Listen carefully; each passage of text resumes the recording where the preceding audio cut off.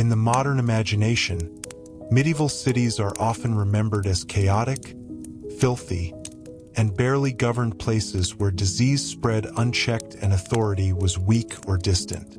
Yet, for the people who lived within them, cities were not simply clusters of disorder.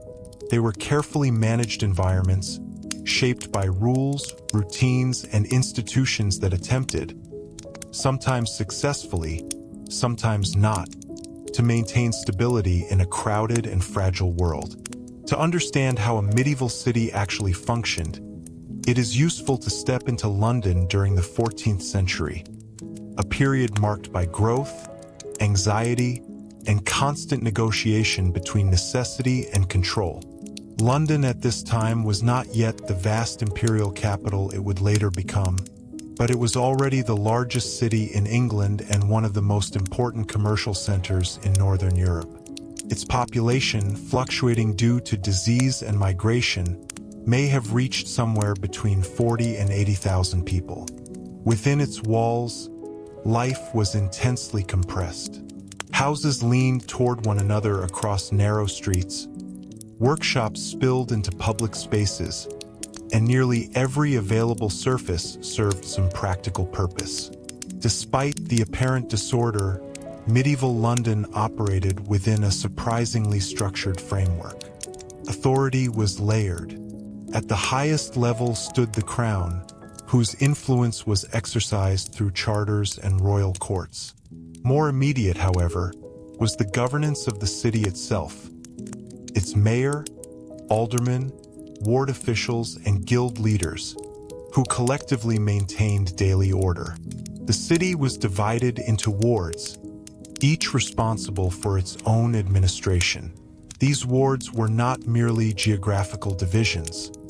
They were functional units of accountability. Residents were expected to know their neighbors, and strangers were viewed with caution. Responsibility for crime or disorder could extend beyond the individual to the community that allowed it to occur. Night, in particular, required careful management. Without modern lighting, darkness transformed the city into a place of heightened risk. To address this, medieval London maintained night watches. Citizens took turns serving as watchmen, patrolling streets to discourage theft, violence, and fire. Their presence was less about aggressive enforcement and more about visibility, an early form of preventative policing based on the idea that disorder thrives in anonymity. Fire represented one of the greatest fears of any medieval city. Buildings were primarily constructed of timber, often with thatched or wooden roofing. A single unattended flame could destroy entire neighborhoods. As a result, regulations governed how and where fires could be used. Bakers, brewers, and metalworkers were subject to oversight and curfews, originally derived from the French phrase couvre-feu, meaning cover the fire, required households to dampen or contain open flames at night. Sanitation, often assumed to be non-existent, was in fact an ongoing concern, though solutions were imperfect. Waste disposal followed systems that combined regulation with habit. Households were expected to remove refuse from their premises, and certain areas were designated for dumping.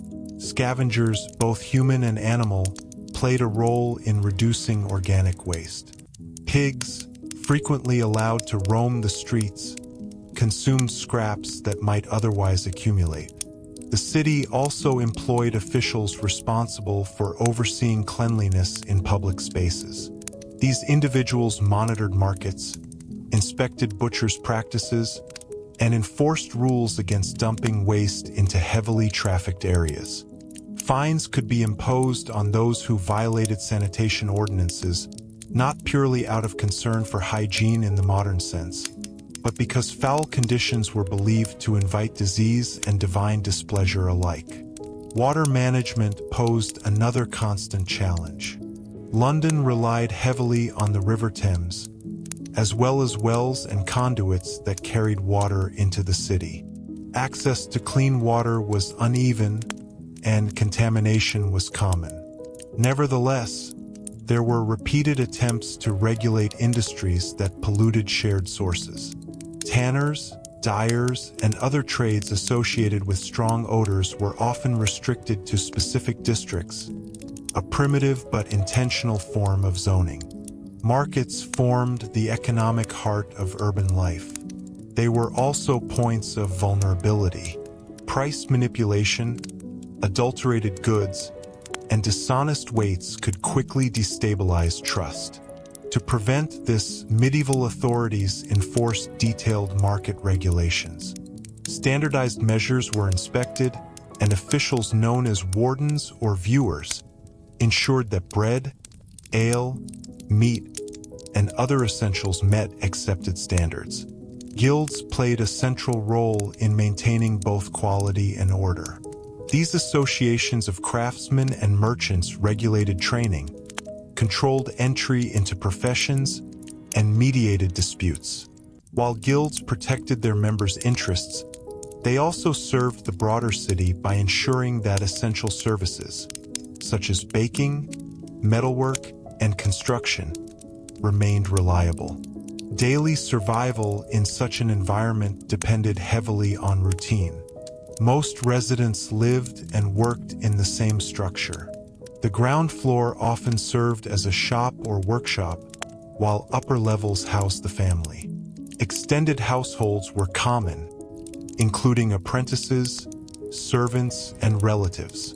Privacy, as understood today, was limited, but mutual dependence was strong.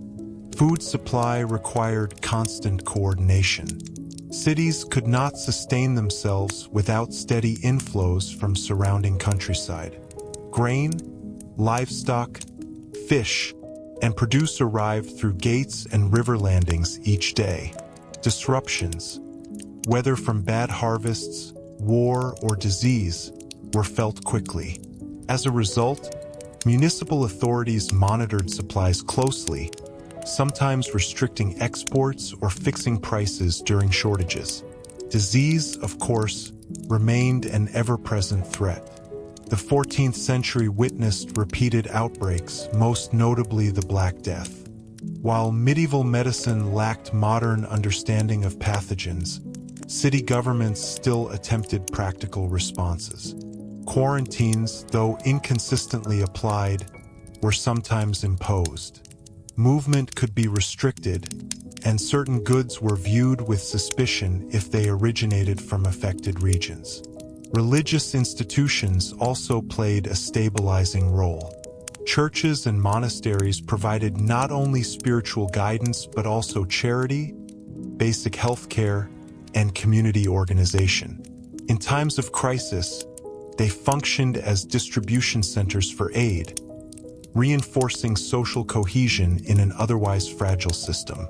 It is important to recognize that medieval urban order was not maintained through constant force.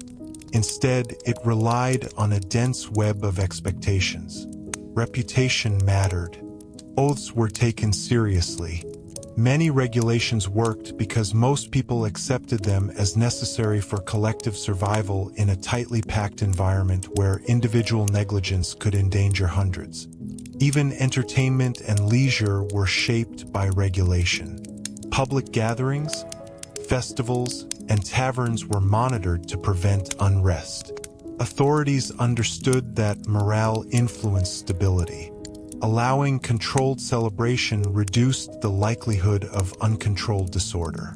Over time, these layered systems, wards, watches, guilds, courts, and customs, created a city that, while imperfect and often unsanitary by modern standards, was far from lawless. Medieval London functioned because its residents participated in a shared understanding. Survival in a crowded city required cooperation, oversight, and constant negotiation between freedom and control. When viewed closely, the medieval city begins to resemble not a primitive precursor to modern urban life, but an early experiment in managing density, risk, and human behavior. Many of the challenges, waste disposal, public health, fair trade, night safety, remain familiar today, though addressed with different tools. Understanding how these systems operated does more than correct misconceptions. It reveals that even in an age without modern science or infrastructure, complex societies developed practical methods to maintain order. These methods were shaped by necessity, belief, and experience, forming the foundation upon which later urban governance would gradually evolve. Over the course of an ordinary morning in 14th century London, the city would awaken gradually rather than all at once. Before sunrise, the first movement often came from those whose trades depended on early preparation. Bakers tended their ovens while the air was still cool, and brewers checked the progress of vats that had been set the day before.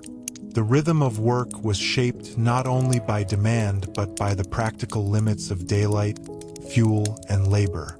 As the gates opened and traffic from the surrounding countryside began to arrive, the city's dependence on its hinterland became immediately visible. Carts carrying grain, vegetables, firewood, and livestock moved through controlled entry points where tolls could be collected and suspicious goods inspected. These gates were more than defensive structures.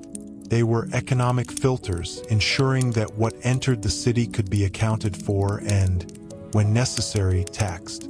Inside the walls, sound defined the morning. Church bells marked the hours, calling clergy to prayer, but also serving as a public timekeeping system for residents who owned no personal means of measuring the day. The same bells could signal danger, fire, riot, or approaching threat, transforming familiar sounds into urgent commands. In a dense urban environment, shared signals were essential. They allowed thousands of people to react in coordination without direct instruction. Streets, though narrow, were not purely chaotic corridors. Many had informal hierarchies based on trade. Certain lanes were known for metalwork, others for cloth, others for food preparation. These patterns developed partly from convenience and partly from regulation. Concentrating similar trades reduced conflict over noise and waste while making it easier for customers to find what they needed. Over time, such clustering became an expected feature of the city's geography. Movement through these streets required constant negotiation. There were no sidewalks in the modern sense, and space was shared by pedestrians, animals, and carts. Right-of-way depended less on written law and more on custom and status. A mounted official, a heavily loaded cart, or a procession connected to the church could temporarily reshape the flow of traffic. Residents learned, from an early age, how to read these signals and adjust their path accordingly. Smell, often noted by later observers, was indeed a defining element of medieval urban life. Yet it also functioned as information. The scent of tanning, brewing, baking, or fishmongering indicated not only unpleasantness but location. One could navigate portions of the city by recognizing familiar combinations of odors associated with particular trades. While modern sensibilities interpret these conditions primarily as neglect, contemporaries experienced them as part of an intelligible environment. Markets reached their peak activity by mid-morning.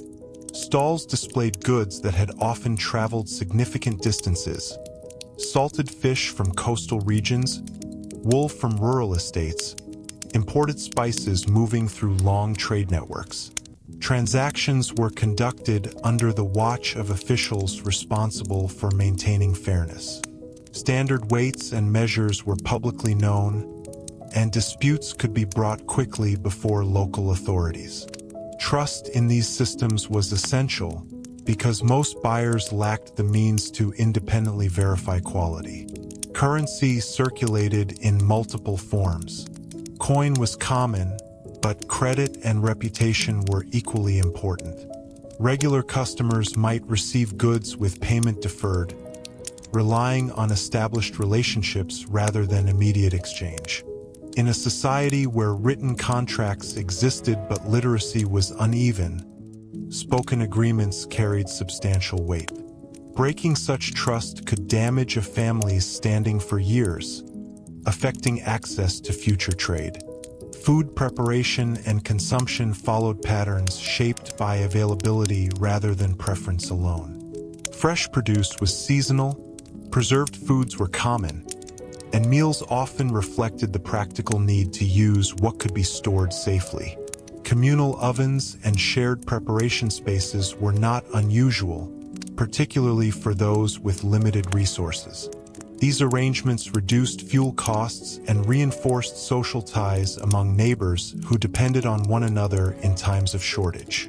Throughout the day, officials moved quietly through public spaces.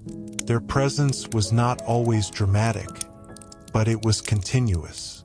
They inspected stalls, monitored behavior, and recorded violations. Enforcement relied as much on visibility as on punishment. The knowledge that someone might be watching encouraged compliance in a setting where direct surveillance was otherwise impossible. By afternoon, workshops operated at full pace. Apprentices performed repetitive tasks under the supervision of masters who were responsible not only for production but for training and discipline. Apprenticeships were long, often lasting years, and they functioned as both economic and social institutions. Young people entering a trade were absorbed into households that shaped their habits, loyalties, and future prospects. As daylight began to fade, the tempo of the city shifted again. Commercial activity slowed, and attention turned towards securing property and reducing risk. Goods were brought indoors, shutters were fastened, and fires were checked. The transition from day to night was not merely a change in lighting, it was a change in acceptable behavior. Activities tolerated in daylight could be viewed with suspicion after dark. The night watch resumed its rounds, carrying lanterns that created small islands of visibility within otherwise shadowed streets.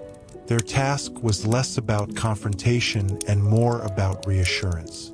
The sound of their movements signaled that the city remained under collective care even while most residents slept. In a place where fire, theft, and sudden illness could spread quickly, that reassurance had practical value. Across these daily cycles, the medieval city revealed itself as a system sustained by habit, oversight, and mutual dependence.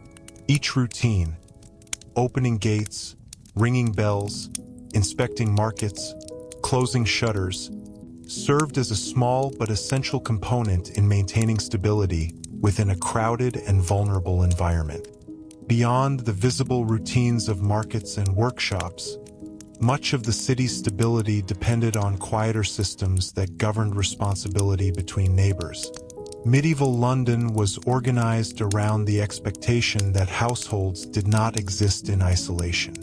Instead, each dwelling formed part of a small network in which residents were expected to notice unusual behavior, report disturbances, and assist when emergencies arose. This expectation was not merely cultural. It was reinforced through local obligations that tied individuals to the conduct of those living nearby. One such practice required residents to participate in collective pledges that affirmed their good standing within the community. These arrangements functioned as a form of shared accountability. If a theft occurred or a stranger behaved suspiciously, questions could extend beyond the individual to those who had vouched for them. The intention was not to create constant suspicion, but to discourage anonymity in a densely populated environment where unknown individuals posed potential risks. Disputes were inevitable in streets where noise, waste, animals, and commerce overlapped. Rather than relying immediately on distant royal courts, many conflicts were addressed through local hearings. Ward officials and respected householders could mediate disagreements over property boundaries, unpaid debts, or accusations of dishonest trade. These proceedings were often practical in tone, focused less on abstract justice and more on restoring workable relationships between people who would continue living side by side. Property itself was defined by layers of rights and obligations. Owning or renting a structure carried expectations about maintenance, fire safety, and the handling of refuse. If a neglected roof or unstable wall threatened neighboring buildings, authorities could require repairs. In tightly packed streets, one person's neglect could endanger an entire row of homes, making regulation a matter of shared survival rather than private preference. Water access illustrates how cooperation and tension existed simultaneously. Public wells and conduits served multiple households, and their reliability depended on careful use. Drawing more than one's share or contaminating a source could provoke swift complaints. At times, schedules or informal turn-taking systems emerged to prevent conflict during periods of scarcity. These arrangements were rarely written in detail, yet they were widely understood by those who depended on them each day. Animals, so common in medieval streets, required their own forms of management. Horses, dogs, and pigs moved through public space with varying degrees of supervision. While animals provided transport, protection, and waste reduction, they also created hazards. Regulations attempted to limit where certain animals could roam, particularly in crowded market areas. Enforcement was uneven, but the presence of rules indicates a consistent effort to balance usefulness against risk. Sound also carried social meaning. Loud quarrels, especially at night, could draw intervention from neighbors or watchmen. Persistent disturbances might lead to formal complaints. In a world without insulated walls, maintaining a degree of quiet was considered part of responsible citizenship. This expectation did not eliminate conflict, but it established a shared standard against which behavior could be judged. Charitable support formed another essential layer of urban life. Not all residents could sustain themselves through steady work. Illness, injury, or old age could quickly remove a person from the labor needed to survive. Religious houses, parish groups, and some guilds organized the distribution of food, clothing, or small sums of money. These efforts were motivated by faith and social duty, yet they also reduced the visible desperation that might otherwise lead to unrest. Education, though limited compared to later centuries, existed through church schools and apprenticeship training. Basic literacy was valuable for trade and administration, and those who possessed it could act as scribes or record keepers. Written records, leases, debts, inventories became increasingly common, allowing agreements to extend beyond memory alone. Even so, spoken testimony remained powerful, especially when supported by witnesses known within the ward. Seasonal changes affected every aspect of urban function. Winter shortened working hours and increased demand for fuel, while summer brought heightened concerns about spoiled food and foul air. Authorities sometimes adjusted market practices or sanitation efforts in response to weather. These adjustments were not guided by modern science, but by accumulated experience about which conditions tended to produce sickness or scarcity. Through these overlapping expectations, shared responsibility, local mediation, regulated property, managed resources, and charitable relief, the medieval city sustained a fragile equilibrium. Order did not depend on a single institution, but on many small agreements repeated daily. The success of these arrangements varied, and failures were frequent, yet the persistence of urban life itself suggests that the system, however imperfect, was capable of supporting thousands within walls never designed for comfort. As the 14th century progressed, the the pressures placed upon London's urban systems became more visible during moments of crisis. Periods of poor harvest, disrupted trade, or widespread illness tested whether the routines that sustained daily life could endure sudden strain. These moments did not create entirely new structures of response. Rather, they revealed how existing institutions adapted when ordinary habits were no longer sufficient. When food supplies tightened, anxiety spread quickly through crowded neighborhoods. Grain prices were watched closely, and even small increases could provoke concern among those who depended on daily purchases rather than stored reserves. City authorities sometimes intervened by restricting the movement of essential goods or by encouraging merchants to sell within regulated markets rather than privately. Such measures aimed to prevent hoarding and to reassure residents that supplies, though limited, were being managed with some degree of fairness. Public announcements became especially important during uncertain periods. Proclamations were read aloud in marketplaces or near church doors where people gathered naturally. Because many residents could not read, the spoken word carried official authority.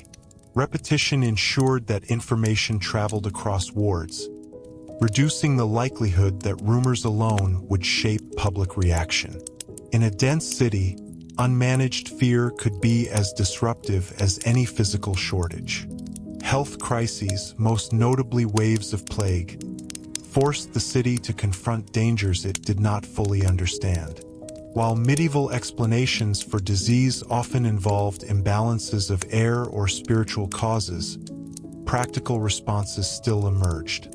Households with visible illness might be avoided, and in some cases movement from affected areas was discouraged.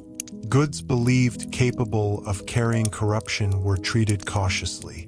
These actions were inconsistent and sometimes ineffective, yet they demonstrate an effort to reduce contact when patterns of sickness became undeniable. Burial practices also required adjustment during severe outbreaks.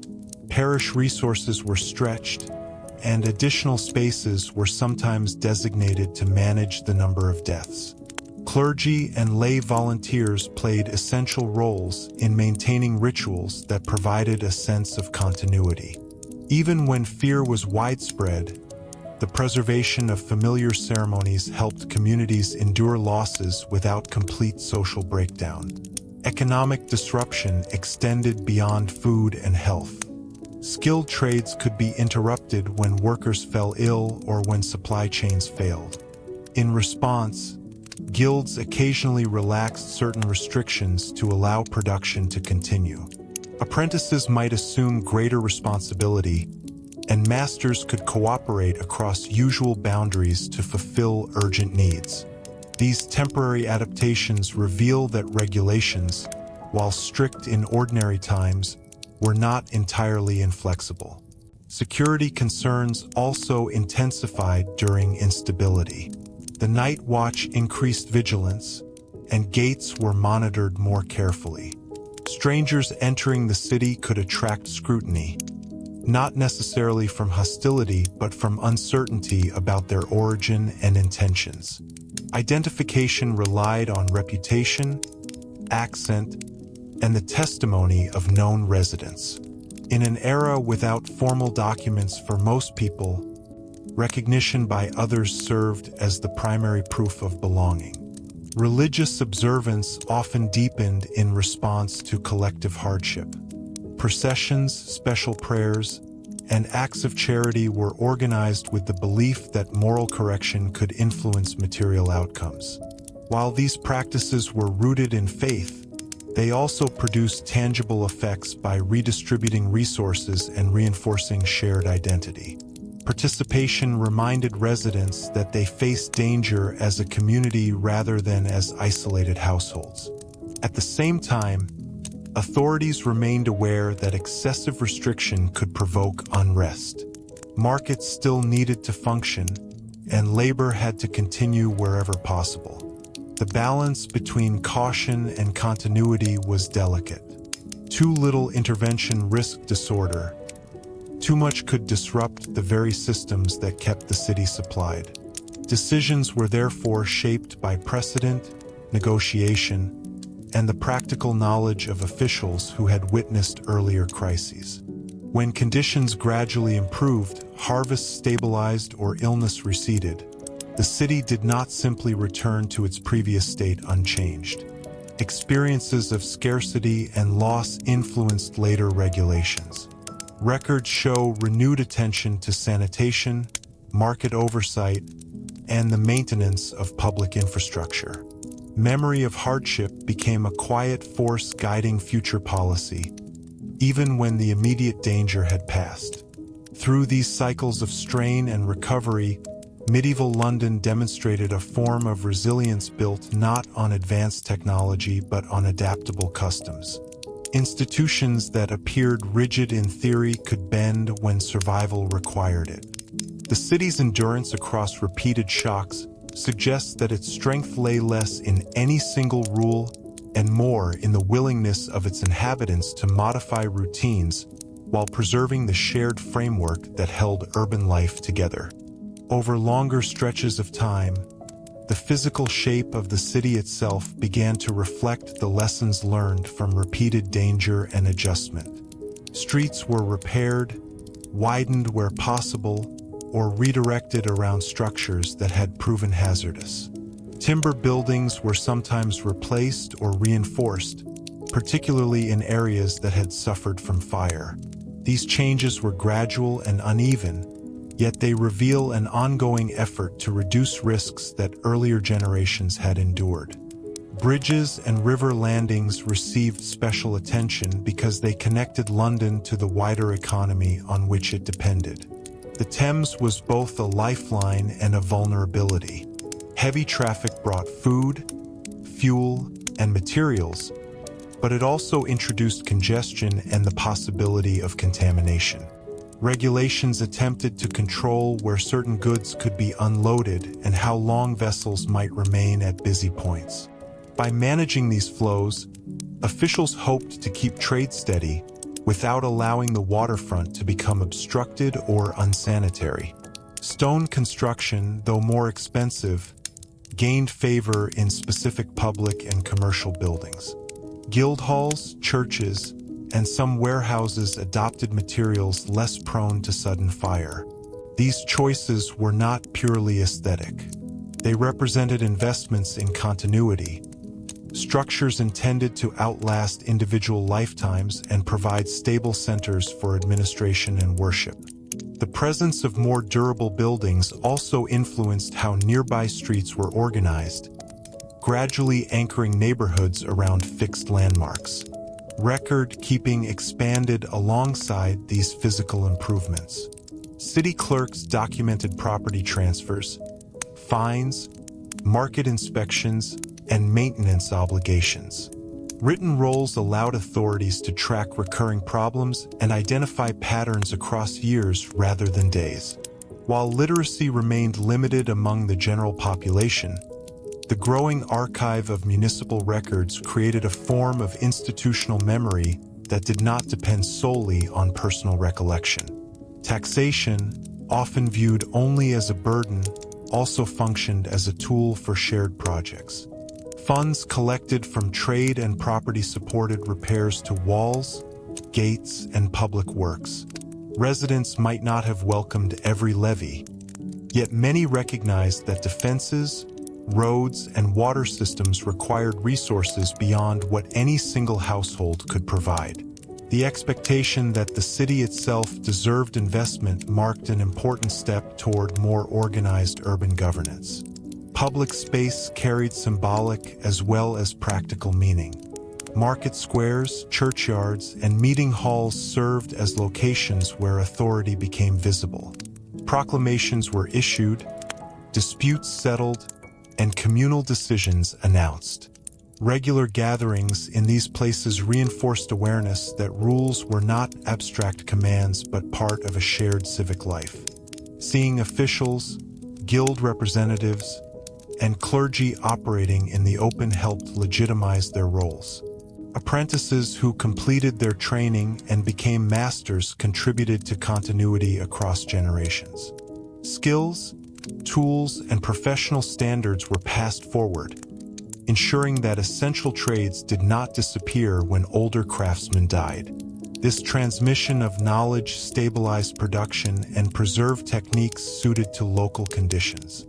Over decades, such continuity shaped the character of entire districts known for particular expertise. Housing arrangements also evolved slowly. As families accumulated modest wealth, some expanded upper floors or improved materials within existing footprints. These incremental upgrades did not transform the crowded nature of the city, but they did improve durability and, in some cases, ventilation. Small architectural adjustments, larger windows, better roof tiling, raised thresholds, reflected practical attempts to make dense living slightly safer. Ceremony and tradition helped mark these changes in ways residents could recognize. Dedications of rebuilt structures, celebrations tied to guild patron saints, and anniversaries of important charters reminded the population that the city was not static. It was a place shaped by effort over time. Such events strengthened attachment to institutions that might otherwise seem distant from daily labor. By the late 14th century, London remained vulnerable to many of the same threats it had always faced: fire, disease, scarcity, and conflict. Yet the accumulation of small reforms, reinforced buildings, clearer records, and practiced routines created a more resilient urban environment than earlier generations had known. Progress was neither rapid nor uniform, but it was measurable in the city's ability to recover more quickly after disruption. Seen across decades rather than days, the medieval city emerges as a living system that learned from experience. Its inhabitants did not possess modern engineering or medical theory, yet they observed outcomes, remembered consequences, and adjusted behavior accordingly. Through repeated cycles of damage and repair, London's streets, institutions, and customs slowly aligned toward greater stability, demonstrating how even modest changes, sustained over time, could reshape the endurance of an entire urban community. As these gradual improvements accumulated, they also influenced how authority was perceived by the people who lived within the walls. In earlier generations, many rules may have felt imposed primarily for control or revenue. Over time, however, repeated experiences of fire prevention, market regulation, and organized repair helped demonstrate that some forms of oversight produced visible benefits. When a street remained passable after heavy rain, or when a market dispute was settled without violence, residents could see practical results that justified continued cooperation. This did not mean that tension disappeared. Complaints about taxes, inspections, and trade restrictions remained common. Merchants resisted limits that reduced profit, and householders sometimes delayed costly repairs. Yet negotiation became a normal feature of civic life. Petitions could be presented to city officials, and guild representatives often argued on behalf of their members. These exchanges, though sometimes slow, created a habit of resolving disagreement through procedure rather than confrontation. The relationship between the city and the crown also required careful balance. Royal authority granted charters and legal recognition, but day-to-day governance depended on local knowledge. London's leaders sought to preserve privileges that allowed them to manage markets, enforce ordinances, and collect certain revenues internally. In return, the city demonstrated loyalty through taxes and logistical support when the realm required it. This arrangement reinforced the idea that effective administration relied on cooperation between distant sovereignty and immediate experience. Trade networks continued to widen during this period, linking London more closely with ports in the Low Countries, the Baltic, and beyond. With increased exchange came greater exposure to foreign goods, languages, and customs. The presence of visiting merchants introduced both opportunity and uncertainty. Authorities attempted to protect local producers while still encouraging commerce that enriched the city. Regulations specified where outsiders could sell, how long they might reside, and which partnerships were permitted. These measures aimed to capture economic benefit without surrendering local stability. Cultural life within the city reflected these expanding connections. Churches displayed imported materials, households acquired fabrics or tools not produced locally, and new tastes gradually appeared in food and dress. Even modest exposure to distant regions broadened awareness of a world extending far beyond the walls. For many residents, such changes were subtle, noticed through small differences in texture, color, or craftsmanship rather than dramatic transformation. Communication within the city improved as routines of record and announcement became more consistent. Messengers carried notices between wards, and written postings appeared in places where literate citizens could read them aloud to others. Over time, familiarity with these channels reduced confusion during emergencies or policy changes. Predictable methods of sharing information strengthened trust that instructions were genuine and widely recognized. The administration of justice likewise grew more structured. While local mediation remained common, more serious offenses were documented with increasing detail. Testimony was recorded, fines standardized, and repeat violations tracked across years. This emerging continuity did not eliminate inequality, but it did create clearer expectations about consequences. Knowing that actions would be remembered in written form encouraged caution among those whose livelihoods depended on reputation. Religious calendars continued to organize the emotional rhythm of the year. Feast days, fasts, and commemorations provided predictable intervals of rest and reflection amid demanding labor. These shared observances synchronized the population's sense of time, much as market days synchronized economic activity. When nearly everyone paused or celebrated together, the city experienced brief moments of collective identity that transcended individual trades or neighborhoods. Younger generations, raised within these increasingly stable patterns, often accepted them as normal rather than exceptional. Practices that had once been emergency responses, organized watches, routine inspections, coordinated repairs, became expected features of urban life. This normalization is one of the clearest signs that the city's systems were maturing from improvised solutions into enduring institutions.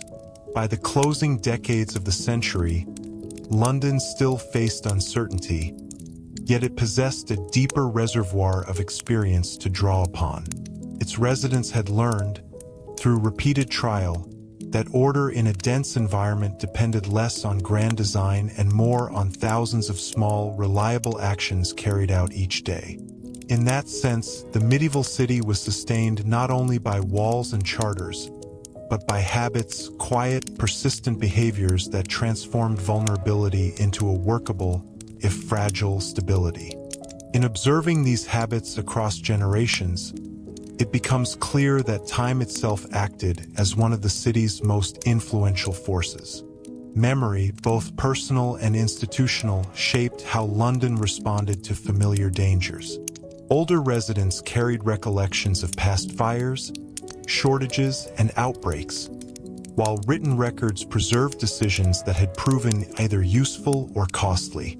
Together, these forms of memory created a practical guide that informed future choices even when circumstances were not identical. Seasonal rhythms reinforced this continuity. Each year brought predictable challenges that required preparation well in advance. Fuel had to be gathered before winter, roofs inspected before heavy rains, and food preserved during periods of abundance. Markets adjusted their offerings according to harvest cycles, and households adapted meals to what could be stored safely. These recurring patterns reduced uncertainty by transforming potential crises into expected phases of the calendar. Craft knowledge followed similar cycles of repetition and refinement. Techniques for tanning, brewing, baking, and metalwork were not static traditions but evolving practices shaped by observation. Masters altered methods when materials changed or when previous approaches produced poor results. Because workshops often remained within the same families or guild networks, improvements could accumulate slowly without being lost between generations. The city's material culture, its tools, containers, and building components, therefore reflected a long chain of incremental learning. Transportation within and beyond the walls also benefited from accumulated experience. Routes that proved reliable during wet seasons were favored, while paths prone to flooding or congestion were gradually avoided or reinforced. River traffic adopted customary schedules that balanced tidal conditions with market demand. Even without precise measurement, repeated journeys allowed merchants and carters to anticipate delays and plan accordingly, reducing the risk of spoiled goods or missed trading opportunities. Social expectations matured alongside these practical adjustments. Courtesy in crowded streets, restraint near open flames, and cooperation during repairs were taught not only through instruction but through example. Children observed how adults responded to bells, watches, and public announcements, absorbing the cues that signaled when to gather, disperse, or assist. Over time, such responses became almost automatic, enabling large numbers of people to act in coordination without direct command. Moments of celebration offered a contrasting but equally important function. Fairs, religious festivals, and civic ceremonies interrupted routine with structured joy. These events were carefully managed to prevent disorder, yet they allowed residents to release tension built up through long periods of labor. Music, shared meals, and processions reinforced bonds that proved valuable when cooperation was later required during hardship. In this way, festivities served stability rather than undermining it. The physical environment continued to bear marks of accumulated decisions. Drainage channels, reinforced embankments, and repaired road surfaces testified to earlier efforts to manage water and movement. Even when individual features deteriorated, the knowledge of how to rebuild them persisted. Residents understood which areas flooded first, which corners collected refuse, and which wells remained dependable in dry spells. This localized awareness functioned as a distributed form of expertise shared across neighborhoods. Communication between wards improved as familiarity with procedures deepened. When bells rang in unusual patterns or messengers carried urgent notices, people increasingly recognized the meaning without lengthy explanation. Predictable signals reduced confusion and allowed responses. Closing shutters, clearing streets, assisting neighbors to unfold with relative speed. In a setting where formal command structures were limited, shared understanding acted as an efficient substitute. Economic relationships likewise grew steadier through repetition. Merchants who honored agreements gained trusted partners, while those who failed to do so found opportunities narrowing. Credit networks, built on reputation rather than written guarantees alone, depended on long memories. Because news of dishonesty traveled quickly through markets and guilds, consistent behavior became a practical necessity for anyone hoping to maintain trade over many years. Taken together, these layers of memory, seasonal, technical, social, and institutional, gave the medieval city a form of continuity that outlasted individual lives. London did not become orderly because it eliminated risk. It became more manageable because it learned how to anticipate recurring problems and respond with practiced routines. The result was an urban environment that remained fragile in many respects, yet capable of sustaining dense populations through the quiet strength of shared experience passed steadily from one generation to the next. As the 15th century approached, the cumulative weight of these shared experiences began to influence how London imagined its own future. The city was no longer perceived only as a place of immediate survival, but increasingly as a community with continuity that extended beyond any single generation. This shift in outlook encouraged investments that were intended not merely to solve present problems, but to prevent their recurrence decades later. One visible expression of this longer perspective appeared in the maintenance of walls, gates, and key thoroughfares. Repairs were scheduled with greater regularity, and responsibility for specific sections was more clearly assigned. Rather than waiting for visible collapse, officials attempted, within the limits of available resources, to address weaknesses before they became emergencies. This gradual move toward preventative care did not eliminate sudden failures, yet it reduced their frequency and severity. Bridges and road surfaces received similar attention because they shaped the reliability of trade. A damaged crossing could delay shipments of grain or fuel, with consequences felt across multiple wards. By reinforcing heavily used routes and coordinating repairs, the city improved the predictability of movement. Merchants could plan deliveries with slightly greater confidence, and households experienced fewer abrupt shortages caused by simple obstruction. Administrative habits also became more methodical. Records were organized, copied, and preserved with an awareness that future officials would depend on them. Lists of dues, property boundaries, and prior judgments created reference points that reduced disputes over memory alone. When disagreements arose, the existence of earlier documentation allowed mediators to compare present claims with past decisions, lending a sense of continuity to the process of justice. Training within guilds reflected this same forward-looking attitude. Apprentices were expected not only to learn existing techniques, but to uphold standards that protected the reputation of their trade over time. Masters emphasized consistency, accurate measures, dependable materials, careful workmanship, because a single widely known failure could damage trust built over many years. In this way, professional pride became closely tied to the stability of the wider urban economy. Religious institutions contributed by preserving narratives of earlier hardships and recoveries. Sermons and commemorations recalled fires survived, epidemics endured, and rebuilding efforts completed. These recollections framed adversity as a recurring but manageable feature of urban life. By presenting past crises alongside stories of perseverance, clergy reinforced confidence that present challenges could also be faced without surrendering order.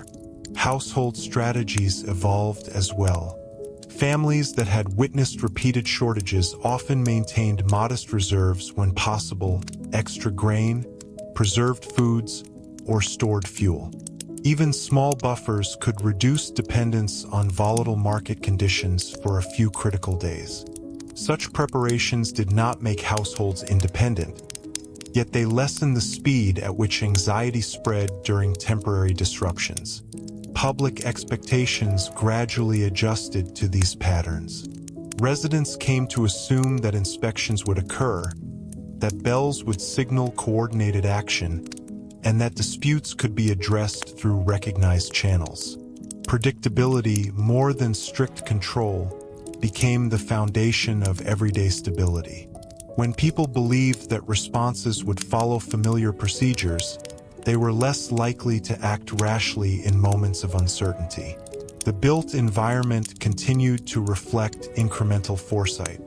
Roof materials improved where resources allowed, storage spaces were arranged to keep goods drier, and workshops adopted layouts that reduced accidental fire.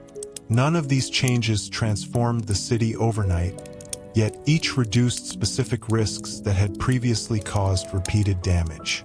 Over decades, the combined effect was a modest but meaningful increase in resilience. Trade relationships benefited from this growing reliability. Visiting merchants, observing consistent enforcement of measures and relatively orderly markets, were more willing to return. Repeated exchanges strengthened networks that extended beyond England's shores, bringing both wealth and new expectations about quality and timing. London's reputation as a place where agreements were generally honored became an asset as valuable as any physical defense. By the end of this long period of adjustment, the medieval city still faced uncertainty from weather, disease, and politics. Yet it possessed a deeper structure of habits, records, and shared expectations that allowed it to absorb shocks without immediate collapse. What had begun centuries earlier as a dense and vulnerable settlement had, through patient refinement, become a community capable of planning ahead, imperfectly, cautiously, but with a clear awareness that the decisions of the present would shape the safety and prosperity of those who would walk the same narrow streets in years yet to come. With this growing awareness of continuity, the meaning of citizenship within the city also began to deepen. Belonging was no longer defined only by residence or occupation, but by participation in the routines that sustained collective life. To be recognized as a reliable member of the community was to contribute, through taxes, watch duty, maintenance, or honest trade, to systems that extended beyond one's household. Reputation, built slowly through visible cooperation, became a form of social capital as valuable as property. Ceremonies marking admission to guilds or the taking of civic oaths reflected this expanding sense of responsibility. Such moments were conducted publicly so that obligations were witnessed and remembered. The spoken promise carried weight because it was embedded in a network of observers who could later attest to whether it had been honored. In a society where enforcement resources were limited, shared memory functioned as a powerful guarantee. Urban space itself reinforced these expectations. Prominent buildings, guild halls, parish churches, and meeting chambers served as physical reminders that individual work was connected to wider structures. Passing these places during daily errands, residents were repeatedly exposed to symbols of order and cooperation. Architecture, in this sense, acted not only as shelter but as instruction, quietly shaping how people understood their place within the city. Economic life continued to balance competition with mutual dependence. Craftsmen sought customers and advantage, yet they also relied on neighboring trades for materials, repairs, and distribution. A cooper depended on metalworkers for hoops, bakers depended on millers for flour, and merchants depended on carters for transport. Because disruption in one craft could ripple outward, maintaining functional relationships often proved more profitable than short-term rivalry. Information moved through both formal and informal channels. Official notices were announced in customary locations, while news of price changes, distant conflicts, or poor harvests traveled through conversation in markets and taverns. Although rumors could spread quickly, experienced residents learned to weigh sources based on past accuracy. Over time, a hierarchy of trust emerged in which certain voices, respected merchants, senior guild members, parish officials, carried greater credibility. Care for vulnerable residents remained an ongoing concern. Orphans, the elderly, and those unable to work were supported through a mixture of charity and structured assistance. Some guilds maintained funds for members who fell into hardship, while parishes organized alms for those without trade connections.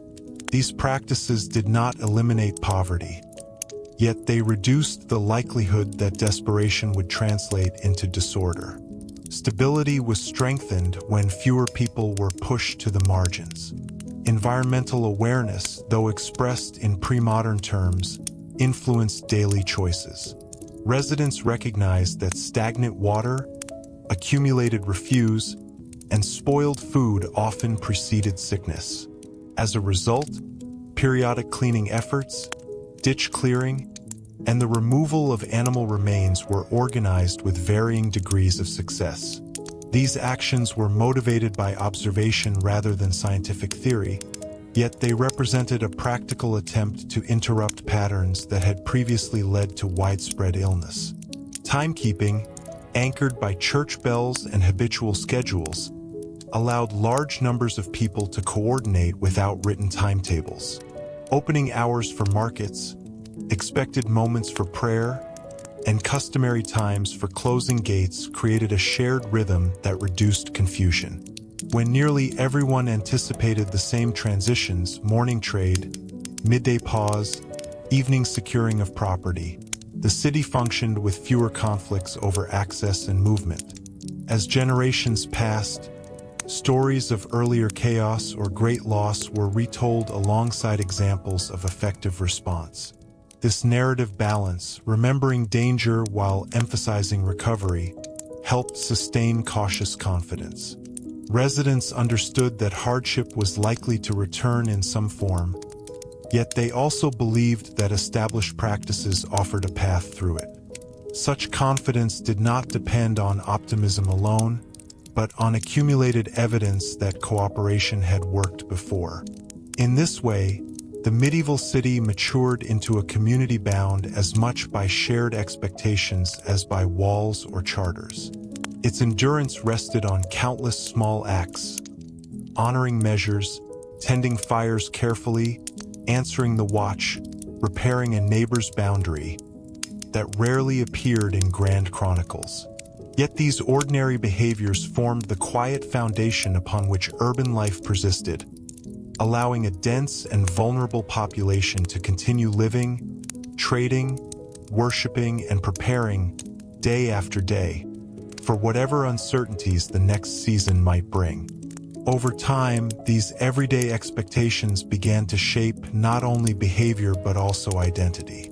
Residents increasingly understood themselves as participants in a shared urban culture distinct from the surrounding countryside.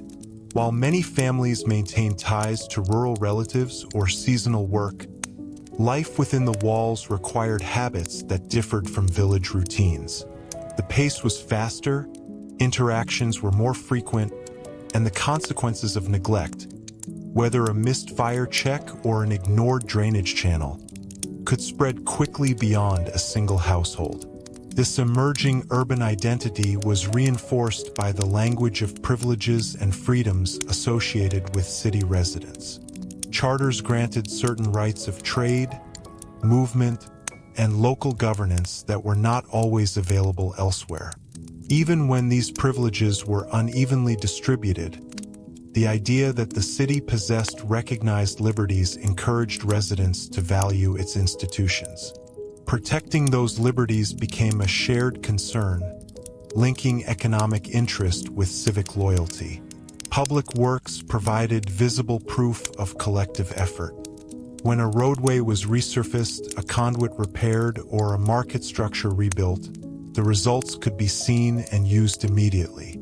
Such improvements reminded inhabitants that pooled resources, however modest, could produce outcomes no individual could achieve alone. The memory of contributing, whether through taxes, labor, or materials, strengthened attachment to the city as a joint enterprise. Discipline within trades continued to evolve as markets grew more interconnected. Quality standards were enforced not only to satisfy local buyers, but to maintain credibility with distant partners who might never visit in person. Marks, seals, and recognized styles of workmanship allowed goods to carry reputations across regions. In this way, the integrity of a single workshop could influence perceptions of the city's reliability as a whole. Conflict, when it arose, increasingly followed established pathways toward resolution. Complaints were recorded, witnesses called, and penalties assigned according to precedents. While outcomes were not always fair by modern standards, the existence of procedure reduced the likelihood of disputes escalating into private retaliation. Predictable processes encouraged patience, even among those dissatisfied with decisions, because alternatives were often more disruptive. Urban households adapted their internal organization to these external demands.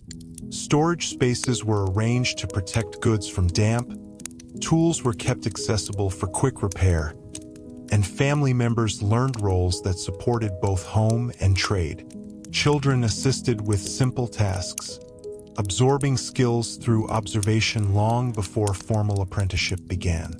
The household thus functioned as a training ground where civic expectations were translated into daily practice. Weather remained a constant variable shaping work and movement. Heavy rains could transform streets into difficult passages, while dry spells increased concern about fire.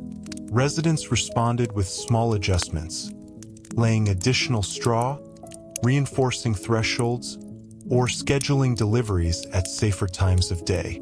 These responses were rarely coordinated across the entire city, yet shared experience meant many people made similar choices simultaneously, producing a collective effect. The presence of travelers, pilgrims, merchants, messengers, continued to bring news from beyond the walls.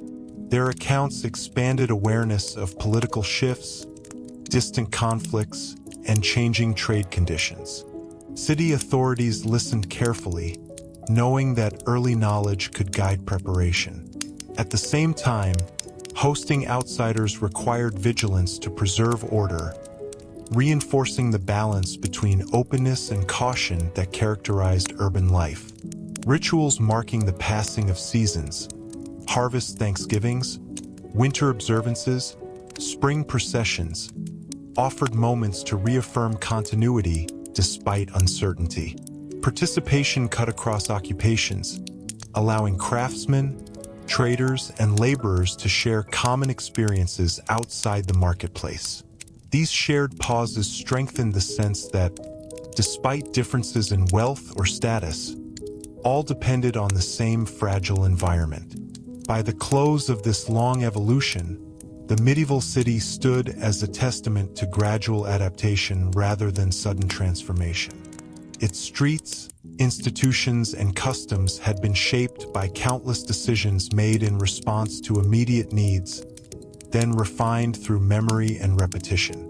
What emerged was not a perfectly ordered place, but a resilient one capable of sustaining dense populations through cooperation, habit, and a growing belief that the well-being of each household was inseparable from the stability of the city as a whole. As this shared understanding matured, the city's sense of time began to extend beyond the rhythms of a single year or even a single generation. Decisions were increasingly made with the expectation that their consequences would be felt by people not yet born. This outlook did not emerge from abstract philosophy, but from repeated observation that neglected structures, broken agreements, and poorly maintained resources created burdens that persisted long after the original cause had faded from memory. In response, civic leaders and guild authorities encouraged practices intended to preserve continuity rather than merely solve immediate problems. One area where this longer view became visible was in the stewardship of common resources. Wells, conduits, bridges, and market spaces were treated less as conveniences and more as shared assets requiring ongoing care. Responsibility for inspection and repair was distributed so that no single failure would go unnoticed for long. When damage was discovered, even temporary fixes were valued because they bought time until more durable solutions could be arranged. This layered approach, immediate response followed by gradual improvement, allowed essential systems to remain functional despite limited materials and labor. The transmission of knowledge also took on a more deliberate character. experienced craftsmen began to document techniques, measurements, and material preferences with greater care, sometimes preserving notes that could guide successors. While much expertise still passed orally from master to apprentice, the presence of written reminders reduced the risk that subtle but important details would be lost. Over decades, this habit contributed to more consistent quality in goods that circulated within and beyond the city's markets. Civic ceremonies evolved to reflect this emphasis on continuity. When officials assumed office, their responsibilities were recited alongside references to earlier holders of the same role. The repetition created a chain of memory linking present authority to past precedent. Residents attending such events were reminded that governance was not an improvisation of the moment, but part of an ongoing sequence shaped by accumulated experience. Even those skeptical of particular decisions could recognize the stability offered by familiar forms. Economic planning, though constrained by uncertainty, began to incorporate modest anticipation of future need. Merchants diversified suppliers when possible, reducing dependence on a single route vulnerable to weather or conflict. Storehouses were organized to separate perishable goods from items that could endure longer storage. These choices did not eliminate risk, yet they lessened the severity of sudden disruptions by spreading exposure across multiple sources. Households mirrored this cautious foresight. Tools were repaired rather than discarded, fabrics were patched, and containers were reused until they could serve no further purpose. Such frugality was not merely a response to scarcity. It was a recognition that replacement might not be readily available when required. By extending the life of everyday objects, families created small reserves of reliability within an unpredictable environment. The management of urban space likewise reflected a growing preference for durability. Where resources allowed, surfaces subject to heavy wear, thresholds, steps, and frequently used corners were reinforced with stronger materials. Drainage paths were kept clearer to prevent the gradual erosion that earlier generations had learned could undermine entire structures. These interventions were often modest, but their cumulative effect reduced the frequency of sudden failures that once demanded urgent, disruptive repair. Communication practices benefited from this long view as well. Records of prior announcements, market rulings, and boundary agreements were preserved so that future disputes could be resolved with reference to established decisions. The ability to point to documented precedent reduced reliance on uncertain recollection and helped maintain consistency across changing administrations. In a city where officials rotated and populations shifted, such continuity was essential for sustaining trust. Religious observance continued to frame these efforts within a moral narrative that emphasized stewardship. Teachings that encouraged care for shared goods, honesty in trade, and responsibility toward neighbors aligned practical necessity with ethical duty. By linking everyday maintenance to broader principles, leaders reinforced behaviors that protected the city's fragile systems without requiring constant enforcement. Through these overlapping habits, preserving knowledge, reinforcing infrastructure, diversifying supply, and recording precedent, the medieval city gradually oriented itself toward endurance. It remained vulnerable to forces beyond its control, yet it increasingly possessed the capacity to absorb disruption without losing coherence. The quiet decision to think beyond the present moment, repeated in workshops, council chambers, and households alike, allowed London to persist as a functioning community across decades marked by uncertainty, proving that resilience can emerge not from dramatic reform, but from steady commitment to care for what must outlast any single lifetime. As this orientation toward endurance settled into daily practice, the city's leadership began to recognize that stability depended as much on predictable procedure as on physical repair. Rules that were applied unevenly created uncertainty, while consistent enforcement, even when modest, allowed residents to plan their work and obligations with greater confidence. Over time, efforts were made to standardize how inspections were conducted, how dues were collected, and how complaints were recorded. These refinements did not eliminate favoritism or error, yet they reduced the sense that outcomes were entirely arbitrary. Regular schedules became a quiet framework supporting this predictability. Market days, court sessions, guild meetings, and maintenance rounds were held at expected intervals so that participants could prepare in advance. When people knew when grain would be weighed, when disputes could be heard, or when streets would be cleared, they adjusted their own routines accordingly. This synchronization of private activity with public timing allowed a crowded city to function with fewer sudden interruptions. Documentation played an increasingly central role in sustaining that rhythm. Clerks copied earlier rolls, updated lists of obligations, and preserved agreements that defined boundaries between properties or responsibilities between wards. The presence of written reference points meant that new officials did not begin from uncertainty each time they assumed office. Instead, they inherited a working map of prior decisions, imperfect, but sufficient to maintain continuity while gradual improvements were introduced. Trust, though never universal, grew from repeated exposure to these stable patterns. Merchants who saw weights checked in the same manner each season were more willing to bring valuable goods. Householders who observed consistent responses to fire hazards or blocked drains became more likely to report problems early. Confidence emerged not from grand assurances, but from the steady confirmation that familiar processes would occur as expected. Education within trades adapted to support this environment.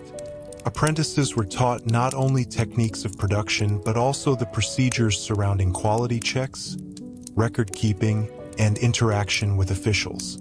Learning how to present goods for inspection or how to document a transaction became part of professional competence. By embedding administrative habits within vocational training, the city ensured that future generations would sustain both craftsmanship and the systems that regulated it. Public communication benefited from clearer conventions as well. Notices were delivered in recognized locations and phrased in customary language that listeners understood. Repetition across wards helped align interpretation, reducing confusion that might otherwise lead to rumor or resistance. When instructions followed familiar forms, residents could act quickly without waiting for lengthy explanation, an advantage during moments that required coordinated response. Physical maintenance continued to reflect this preference for routine overreaction. Instead of addressing damage only after failure, some wards organized periodic checks of roofs, gutters, and shared passages. Small repairs, tightening a hinge, clearing a channel, replacing a loose stone, prevented larger disruptions that would have demanded more resources later. The value of such modest, preventative effort became widely recognized because it saved both time and expense in the long run. Economic relationships also stabilized through predictability. Credit arrangements relied on known repayment periods, delivery schedules followed established routes, and seasonal contracts anticipated recurring demand. Even when harvests varied, the existence of expected frameworks allowed merchants and customers to renegotiate without abandoning cooperation entirely. Continuity of relationship often proved more valuable than immediate advantage. Ceremonial life reinforced these patterns by marking transitions in office, completion of repairs, or renewal of charters with familiar rights. Participation signaled acceptance of shared rules and reminded observers that authority operated within recognized boundaries. The repetition of symbols, banners, seals, spoken formulas created a sense that the city's order was not fragile improvisation, but a structure sustained through time. By relying on consistent procedure, preserved memory, and modest preventative care, medieval London strengthened its capacity to endure ordinary strain without constant crisis. The city remained exposed to forces beyond its control, yet within its walls a dependable cadence had taken hold.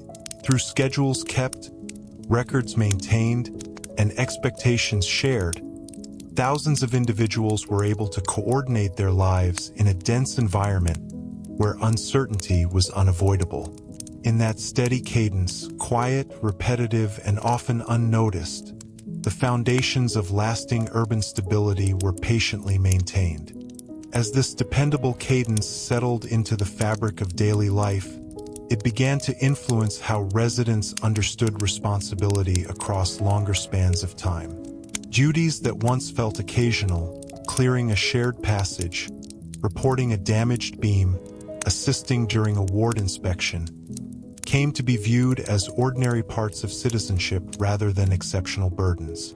The repetition of these small tasks created a sense that stability was not delivered from above but produced collectively through many modest contributions.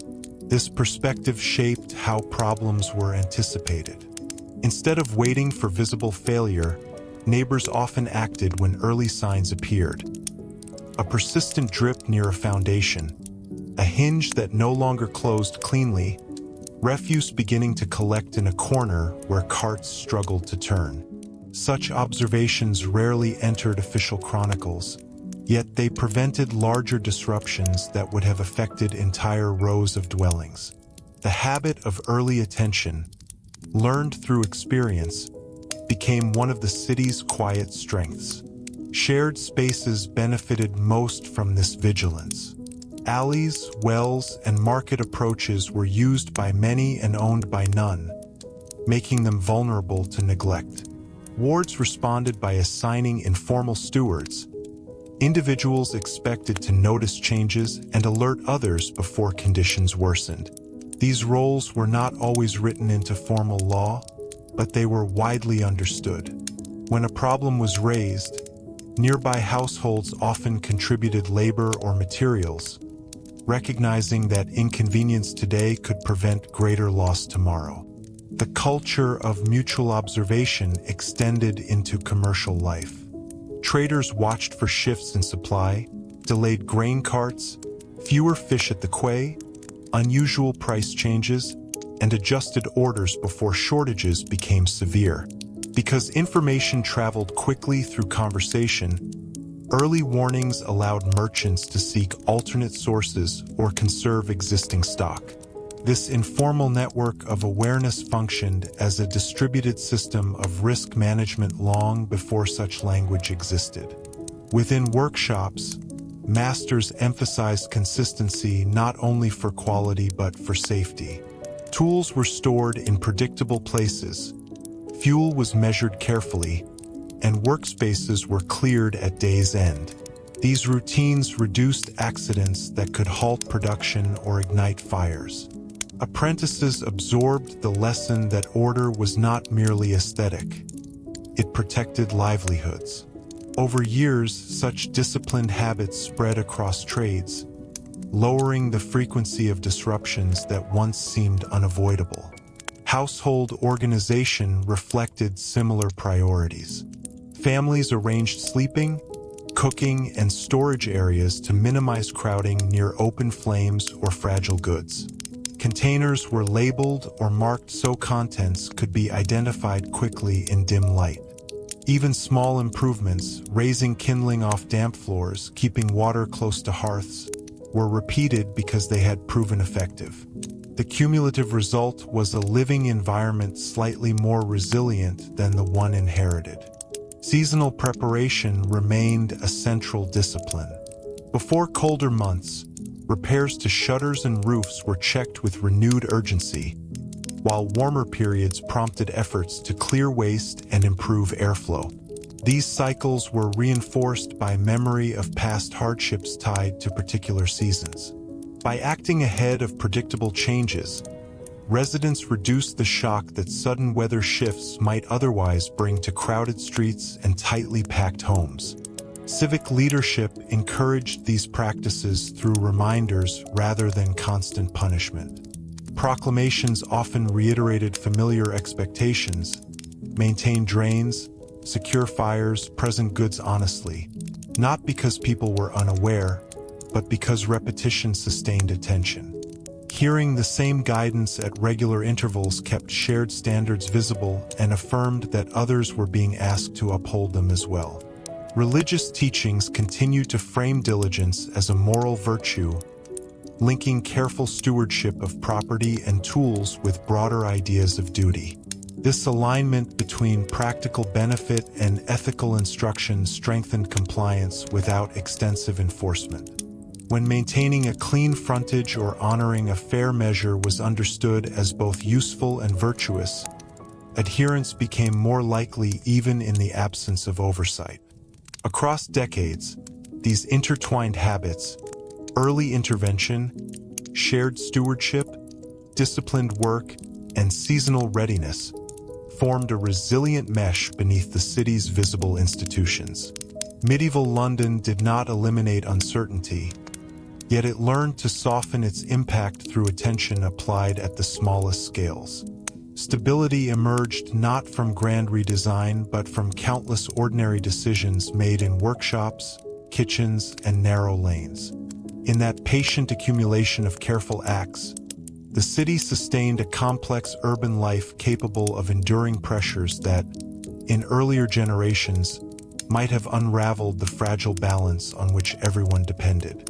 In the later decades of this gradual evolution, another subtle change became visible in how the city organized cooperation across distance.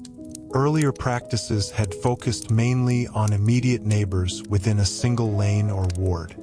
Now, patterns of coordination increasingly linked multiple wards when problems extended beyond local boundaries. Flooded approaches, obstructed trade routes, or shortages affecting several markets required responses that no single neighborhood could manage alone. As a result, channels for sharing responsibility widened, and expectations of mutual aid expanded. Meetings between ward representatives grew more regular, providing opportunities to compare conditions and align priorities. If one district reported recurring drainage failures while another described congestion near a gate, resources could be directed with a clearer sense of overall need. These exchanges were often practical rather than ceremonial, centered on what had worked previously and what adjustments might prevent repetition of the same difficulty. Over time, such conversations reduced duplication of effort and encouraged the spread of effective solutions from one area to another. Transport within the city benefited from this broader coordination. Carts carrying essential goods were sometimes guided along routes chosen to minimize interference with the busiest pedestrian lanes. When repairs were planned on a heavily used street, alternative paths were prepared in advance so that trade could continue with minimal interruption.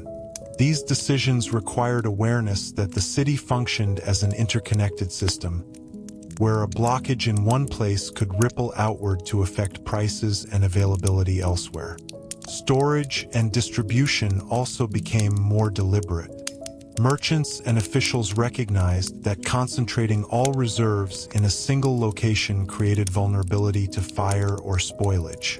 Whenever possible, goods were divided among multiple storehouses, reducing the chance that one accident would erase the entire supply.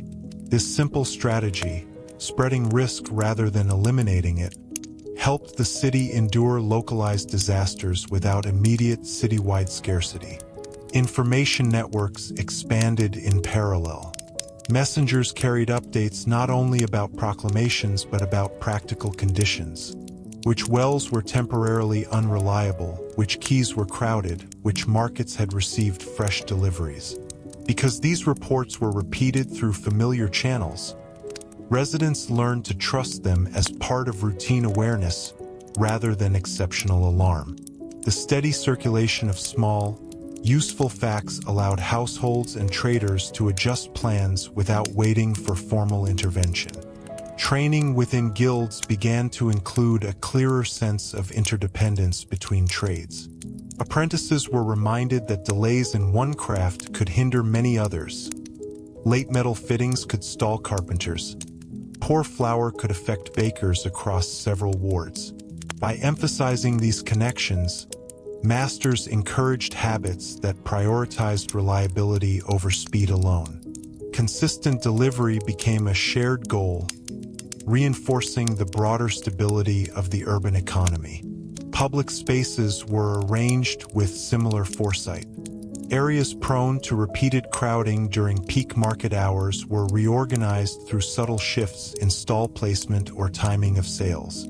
Instead of forcing all activity into a single moment, some trades adjusted schedules to distribute traffic more evenly across the day. These changes reduced friction, shortened waiting times, and lowered the likelihood of disputes born from impatience. Households participated in this wider coordination by aligning their routines with known patterns. Families planned purchases when deliveries were expected, avoided moving large loads during the busiest hours, and shared news about changing conditions with neighbors who might be affected. Such cooperation required no formal decree. It emerged from the recognition that smoother flow benefited everyone using the same constrained streets. Religious and civic leaders reinforced the value of mutual support across wards by highlighting stories of assistance during earlier hardships. Accounts of districts providing labor or materials to others after fire or flood were retold as examples worth repeating. These narratives strengthened the expectation that aid would not remain confined to immediate neighbors, but could extend across the city when circumstances demanded. Through these expanding networks, shared planning, distributed storage, steady information, and coordinated scheduling, medieval London refined its ability to function as a single organism rather than a collection of isolated quarters. The city did not remove the risks inherent in dense living, yet it learned to spread pressure so that no one point bore the full weight of disruption. In that widening circle of cooperation, the foundations of urban resilience were reinforced once more, demonstrating that endurance in a crowded world depends not only on strong walls or firm rules, but on the patient weaving together of many small efforts across the whole community. As these wider networks of cooperation became more familiar, the city's sense of shared fate deepened. Residents who might rarely meet in ordinary circumstances nevertheless recognized that their well-being was connected through the same markets, water sources, and transport routes. This awareness encouraged a cautious willingness to accept short-term inconvenience, temporary rerouting of carts, staggered market hours, shared labor on repairs, because the long-term benefit was stability that reached beyond any single street. One practical result of this mindset was the growing habit of planning work in sequences rather than in isolation. When a section of roadway required attention, nearby drains might be cleared at the same time, and adjacent storefronts advised to adjust deliveries until the surface settled. Coordinating tasks reduced the chance that one improvement would be undone by neglect in the surrounding area. Even without modern engineering, the logic of addressing connected problems together became increasingly apparent through experience. Seasonal fairs and larger market gatherings provided opportunities to test these cooperative arrangements under pressure. Temporary surges in population strained space, sanitation, and security. Officials observed where congestion formed, which access points proved reliable, and how quickly waste accumulated. After the crowds departed, lessons were carried into routine planning, adjusting stall spacing, assigning additional watchmen, or designating clearer routes for incoming carts during busy periods. In this way, exceptional events served as practical rehearsals that strengthened everyday systems. Financial practices adapted as well. Rather than relying solely on immediate coin, some transactions incorporated staged payments tied to delivery milestones. This approach spread risk between buyer and seller, making large exchanges more feasible in uncertain conditions. Trust remained essential, but structured timing provided a buffer against sudden loss. Over repeated use, such arrangements contributed to steadier trade even when supply fluctuated. The city's physical boundaries, its walls, gates, and river approaches, also became points of coordinated attention. Maintenance schedules were aligned so that closures did not occur simultaneously at multiple entries, preserving access for essential goods. Watch rotations were planned to ensure that experienced personnel were present during high-traffic periods. These adjustments reflected an understanding that protection and openness had to be balanced continuously rather than treated as separate concerns. Inside households, cooperation extended to shared tools and occasional pooling of resources for tasks too large for one family. Neighbors might combine effort to replace a damaged beam, repair a common stair, or transport heavy goods from a quay. Such collaborations reduced individual burden while reinforcing relationships that would prove valuable during future need. The expectation that assistance would be returned, if not immediately, then in time, sustained participation without formal contracts. Knowledge of the city's subtle patterns became a form of expertise passed through conversation. Experienced residents could predict which streets would flood first after prolonged rain, which markets received early deliveries on certain days, or which wells remained dependable in dry spells. This practical geography, learned through years of observation, allowed quicker, quieter adjustments that prevented minor disruptions from spreading. Religious calendars continued to anchor these cooperative rhythms. Periods of fasting, feasting, and procession synchronized large portions of the population, creating predictable pauses and gatherings. Leaders used these moments to communicate reminders about maintenance, fair dealing, and mutual aid, linking spiritual observance with civic responsibility. The repetition of shared rituals strengthened trust that others were hearing and likely following the same guidance. Over time, the accumulation of coordinated habits produced a city that functioned with a surprising degree of coherence despite limited technology. Decisions were rarely dramatic. Instead, they were incremental, shaped by memory of what had eased pressure before. By aligning repairs, sharing risk, distributing resources, and communicating through familiar channels, London reduced the likelihood that any single failure would cascade into widespread disorder. In this mature phase of medieval urban life, resilience rested on an intricate web of anticipation and adjustment. The city remained vulnerable to forces beyond its control, yet within its walls a practiced capacity for cooperation had taken root. Through patient coordination across wards, trades, and households, everyday challenges were absorbed with less disruption than earlier generations had endured, demonstrating that stability in a crowded world is often the quiet result of many people choosing, again and again, to act with the whole community in mind.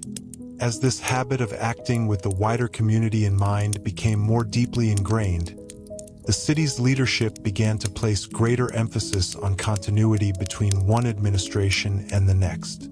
Offices changed hands regularly, yet the expectation grew that policies, records, and ongoing projects would persist rather than be abandoned with each transition. Incoming officials reviewed prior decisions, confirmed existing obligations, and, where possible, continued repairs already underway. This respect for inherited responsibility reduced the disruption that might otherwise accompany shifts in authority. Mentorship played an important role in sustaining that continuity. Experienced clerks, ward representatives, and guild officers guided newer members through established procedures: how to record a complaint, how to verify measures, how to organize labor for clearing a blocked drain. Much of this knowledge was practical and situational, difficult to capture fully in writing. By passing it directly from one generation of officials to the next, the city preserved a working memory that extended beyond any single term of service. The idea of stewardship also influenced how shared assets were evaluated. Wells, conduits, market stalls, and storage houses were inspected not only for immediate function but for signs of gradual wear. Small cracks, loose fittings, or uneven surfaces were treated as early warnings rather than minor inconveniences. Addressing these details required patience, yet it prevented sudden failures that could interrupt trade or endanger residents. Over time, this attentive care lengthened the useful life of structures built with limited materials. Commercial partnerships adapted to the same long view. Traders increasingly valued reliability over short-lived advantage, preferring counterparts known to honor agreements across multiple seasons. Repeated successful exchanges created informal networks of trust that stabilized supply even when routes were uncertain. When difficulties arose, delayed shipments or damaged goods, partners were more inclined to negotiate adjustments rather than sever ties, recognizing that continuity offered greater security than constant renegotiation with strangers. Public messaging reinforced these preferences by praising consistency in both craft and conduct. Notices and proclamations often highlighted the importance of fair weights, careful storage, and timely delivery. Such reminders did more than set standards. They affirmed that dependable behavior was a civic contribution. When residents saw steady work publicly acknowledged, adherence became a source of quiet prestige within neighborhoods and guilds. Urban planning, though incremental, reflected a similar patience. Instead of large, disruptive alterations, changes were introduced in stages, realigning a stall row one season, reinforcing a corner the next, clearing an additional drainage path when labor allowed. This phased approach minimized interruption to daily commerce while gradually improving safety and flow. The city's landscape thus evolved through a series of modest interventions that accumulated into noticeable improvement over decades. Households mirrored this staged method in their own spaces. Families replaced worn timbers piece by piece, improved storage arrangements as resources permitted, and adjusted sleeping or cooking areas to reduce crowding. Because sudden, comprehensive rebuilding was rarely possible, these stepwise enhancements allowed living conditions to improve without requiring large, unattainable investments. The home, like the street outside, became a record of many small decisions made over time. Education within the community increasingly emphasized memory as a practical tool. Younger residents were encouraged to listen to accounts of earlier shortages, fires, and recoveries, not merely as stories but as guidance for future response. Knowing which actions had previously eased hardship, sharing water, organizing watch rotations, protecting stored grain, provided a repertoire of proven measures ready to be used again if needed. Seasonal reviews of the city's condition, formal or informal, helped align these lessons with current reality. After periods of heavy rain, officials noted where water had pooled. After busy fairs, they observed which routes had held and which had failed. These observations were discussed in meetings and carried back to wards, where adjustments could be planned before the next cycle. In this way, experience was continuously folded into practice. By sustaining continuity in leadership, nurturing mentorship, valuing reliable partnerships, and refining the city through gradual change, medieval London strengthened its capacity to endure without relying on sudden transformation. Stability emerged from the deliberate preservation of what worked, combined with patient correction of what did not. Through this steady inheritance of knowledge and responsibility, the city maintained a living balance, one that allowed dense urban life to proceed with a measure of confidence, even in an age defined by uncertainty and limited means. As this steady inheritance of knowledge continued, the city's understanding of responsibility began to extend beyond immediate maintenance into the careful shaping of future expectations. Leaders and householders alike recognized that customs, once repeated long enough, hardened into norms that guided behavior even without constant reminders. By reinforcing habits that favored safety, fairness, and predictability, the community could influence how the next generation would act when faced with familiar pressures. One way this influence appeared was through the deliberate preservation of precedents. When a dispute over property lines, market conduct, or shared access was resolved, the outcome was often recorded and later cited when similar situations arose.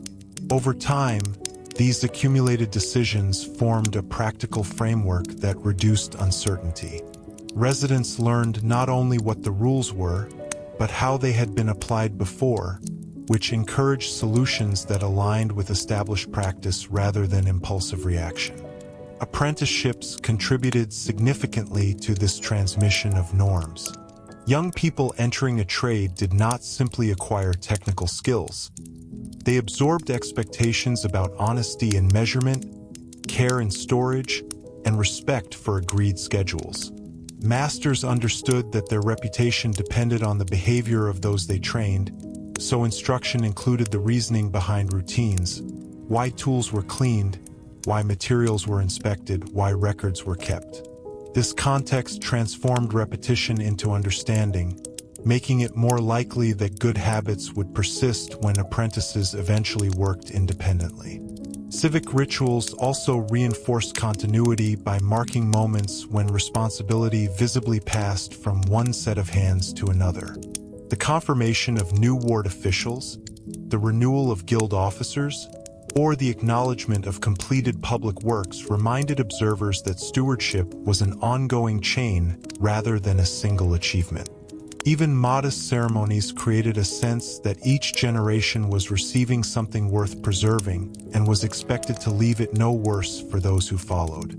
Economic life reflected this same patience. Merchants who planned for repeated exchange prioritized clarity, consistent measures, predictable delivery times, and transparent accounting. These practices reduced friction and allowed partnerships to survive occasional setbacks. When shortages or delays occurred, established trust made negotiation possible without immediate breakdown. In a network where long-distance communication was slow, reliability became a currency as valuable as coin. The physical environment offered constant reminders of accumulated effort. Reinforced thresholds, repaired conduits, and well-worn but stable stairways testified to years of attentive care. Residents moving through these spaces encountered evidence that small interventions could preserve function far longer than neglect would allow. Such visible continuity encouraged further maintenance, because people were more inclined to protect structures that had clearly served previous generations. Information management improved as record-keeping grew more systematic. Lists of dues, inventories of shared equipment, and notes on prior repairs were organized so that successors could locate them quickly. This accessibility reduced the risk that knowledge would vanish with the departure or death of a single official. The city's memory became less dependent on individuals and more anchored in documents that could be consulted whenever uncertainty arose. Seasonal planning incorporated lessons drawn from many years of observation. Areas prone to flooding were monitored before heavy rains. Fuel reserves were checked ahead of colder months, and market schedules were adjusted when harvests were expected to arrive late. These anticipatory actions did not eliminate hardship, yet they softened its impact by ensuring that responses began earlier than they once had. Experience, carefully remembered, became a tool for moderating risk. Community expectations evolved alongside these practices.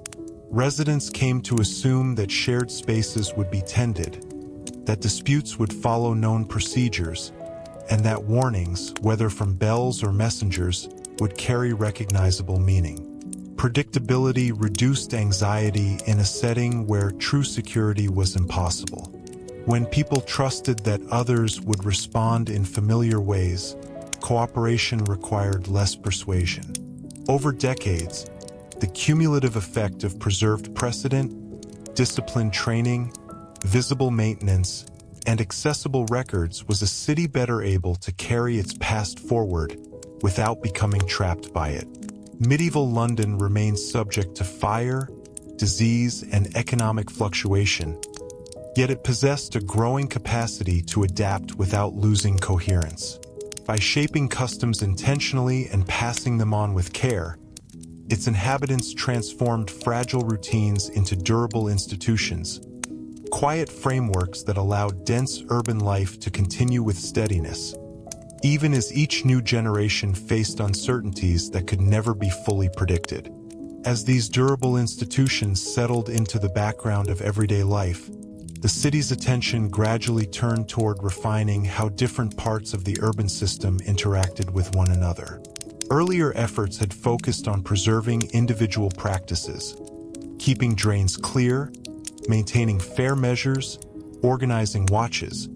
But with experience came a clearer understanding that the greatest disruptions often occurred where systems overlapped.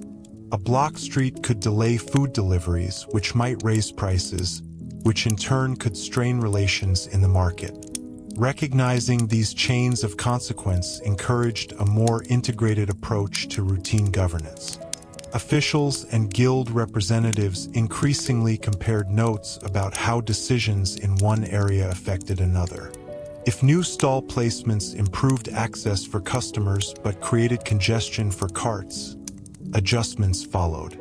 When stricter inspection of certain goods slowed trade at a gate, schedules were revised to distribute arrivals more evenly across the day. These refinements were rarely dramatic, yet they demonstrated an emerging habit of considering second-order effects rather than treating each problem in isolation. The coordination of time became especially important in managing these interactions. Bells, long used to mark prayer and danger, also helped align commercial activity. Opening and closing signals for markets, reminders for curfew, and calls for civic gatherings created shared reference points that thousands of residents could recognize at once. By synchronizing movement, when carts entered, when stalls began selling, when streets were expected to clear, the city reduced friction that might otherwise arise from competing demands on limited space. Storage and distribution networks were adjusted with similar care. Goods likely to spoil were routed through quicker paths, while durable materials could wait in secondary storehouses without risk. Merchants learned which quays handled particular cargo most efficiently, and carters favored routes known to remain passable in poor weather. Over time, these preferences formed informal logistics patterns that improved reliability without requiring centralized planning in the modern sense. Legal procedures also evolved to address interconnected concerns. When disputes involved multiple parties, such as shared access to a passage or competing claims over market space, hearings sought testimony from several wards rather than a single neighborhood. Gathering broader perspective reduced the chance that a decision would solve one problem while creating another nearby. Though outcomes were not always equitable, the attempt to consider wider impact marked a shift toward more holistic judgment. Within workshops, awareness of interdependence shaped production schedules. Crafts that supplied essential components to others, millers providing flour, smiths producing fittings, coopers making storage barrels, coordinated output so that delays did not cascade across trades. Masters communicated expected completion times, allowing partners to plan their own work with fewer interruptions. This mutual timing, built on trust and repeated exchange, functioned as a quiet stabilizer of the urban economy. Households participated in these broader adjustments by aligning daily routines with known patterns of flow. Water was drawn when queues were shortest, waste was moved during designated periods, and large deliveries were avoided at peak market hours. Such choices required attentiveness but saved effort in the long run, as smoother movement reduced conflict and waiting. Over years, these habits became second nature, passed from parents to children as practical wisdom. Public works reflected an increasing sensitivity to how small design changes could ease multiple pressures at once. Slightly widening a corner improved both pedestrian safety and cart maneuvering. Raising a frequently flooded threshold protected nearby goods while keeping the passage usable. Because resources were limited, officials favored modifications that delivered several benefits simultaneously. This preference for efficient improvement allowed gradual enhancement without large-scale disruption. Communication channels supported this integrated approach by circulating concise, relevant updates. Rather than broad proclamations alone, messengers shared specific information, temporary closures, altered routes, adjusted market times that enabled residents to adapt quickly. Familiar formats and locations for these notices ensured they were recognized and repeated accurately across wards. Reliable information reduced rumor, which in crowded conditions could otherwise trigger unnecessary panic. Cultural life reinforced the value of coordination through stories that highlighted successful cooperation. Accounts of neighborhoods working together to restore access after storms or to redistribute supplies during shortages were retold as examples worth emulating. These narratives framed collaboration not as sacrifice but as prudent self-interest, reminding listeners that stability in one quarter depended on stability in others. By steadily refining how its many parts interacted, timekeeping, logistics, legal review, craft scheduling, household routine, the medieval city strengthened its ability to function as a coherent whole. London did not eliminate the constraints of narrow streets, limited sanitation, or uncertain supply, yet it learned to manage them through attentive alignment. In that patient weaving together of overlapping systems, urban life gained a resilience that rested less on force or decree and more on shared timing, mutual awareness, and the quiet discipline of people adjusting their actions with the broader pattern always in mind. As this broader pattern of alignment became more familiar, the city's leaders and residents increasingly treated information itself as a resource that required careful handling. Knowledge about prices, road conditions, water quality, or the reliability of particular suppliers could influence decisions across many households at once. When such information was accurate and timely, it reduced waste and prevented unnecessary strain on markets. When it was distorted or delayed, confusion could ripple quickly through crowded streets. Recognizing this, the city placed growing value on consistent, recognizable channels through which practical news could travel. Messengers, ward meetings, and customary announcement points formed a network that balanced speed with credibility. Rather than relying on a single voice, information was repeated across several locations so that listeners could confirm what they had heard. This redundancy helped limit the spread of rumor, which in earlier periods had sometimes provoked hoarding or sudden price shifts. Over time, residents learned which sources were dependable, and they adjusted their choices: when to buy, when to store, when to wait, based on patterns that had proven trustworthy. Record-keeping supported this flow by preserving details that might otherwise fade from memory. Notes on prior shortages, lists of dependable traders, and accounts of which routes remained open during difficult seasons provided reference points for future planning. These documents did not predict events with certainty, yet they narrowed the range of surprise. When a familiar problem reappeared, officials could respond with measures that had previously reduced harm, saving valuable time in moments when hesitation might worsen conditions. The marketplace, as the city's most visible point of exchange, benefited directly from clearer information practices. Standard measures were displayed where buyers could see them, and disputes over quality were addressed in view of others waiting to trade.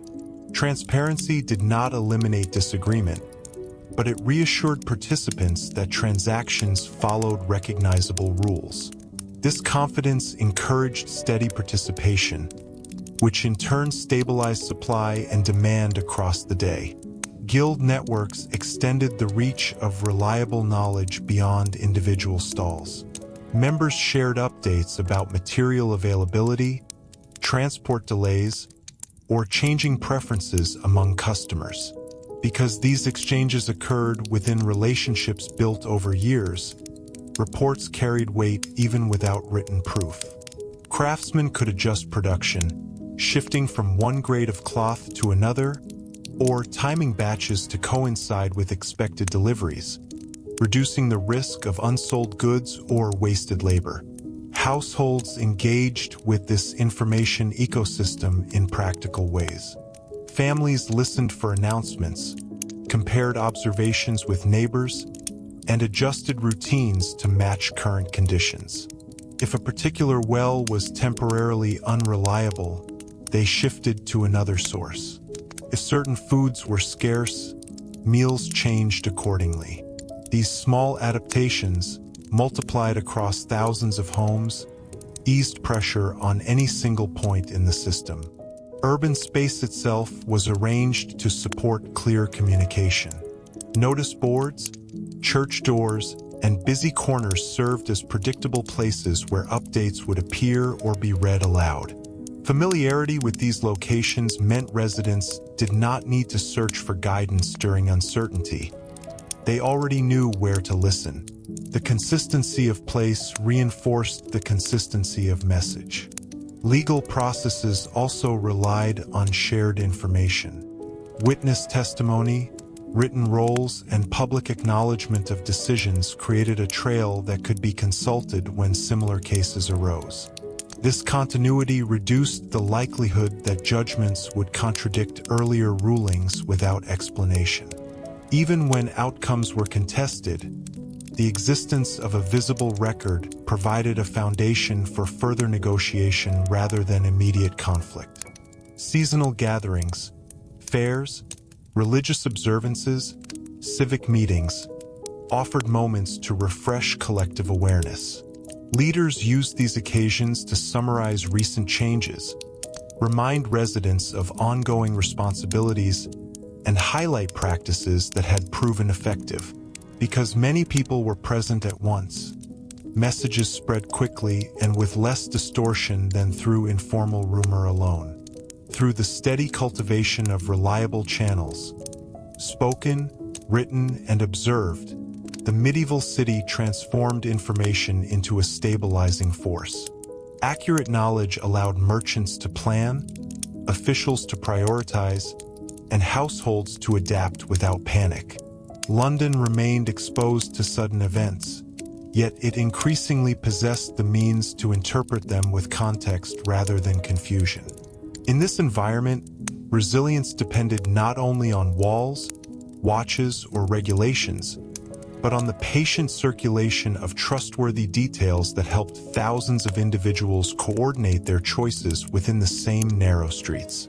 As reliable information flowed more steadily through these channels, the city's ability to coordinate effort began to depend less on urgent commands and more on shared anticipation.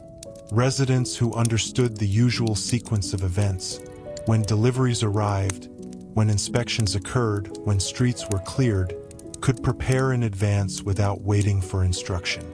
This quiet shift from reaction to expectation reduced the need for constant intervention and allowed officials to focus their attention where uncertainty was greatest. Preparation was most visible in the management of essential supplies. Grain, fuel, and salt were watched closely because interruptions in any one of them could affect thousands of households at once. Merchants, ward officers, and guild members compared observations about stock levels and delivery times, forming a collective sense of whether reserves were adequate.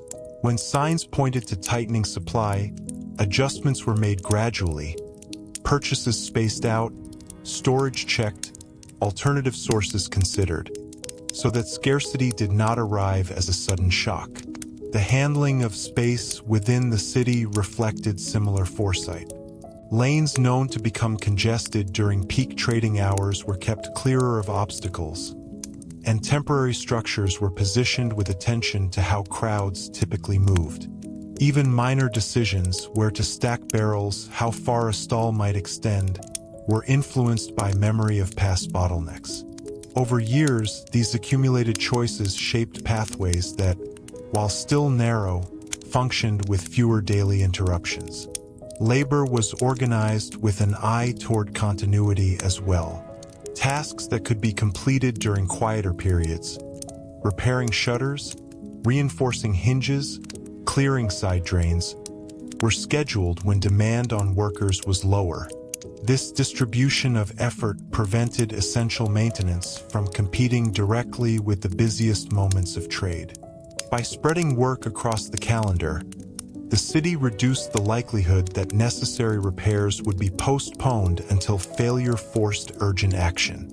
Training reinforced these patterns by teaching not only how to perform a task, but when it was best done. Apprentices learned to prepare materials ahead of expected demand, to finish processes before weather turned unfavorable, and to leave tools ready for immediate use the next day. Such timing reduced waste and improved reliability across entire chains of production. A well-prepared workshop could respond quickly to opportunity without sacrificing quality. Community expectations supported this discipline.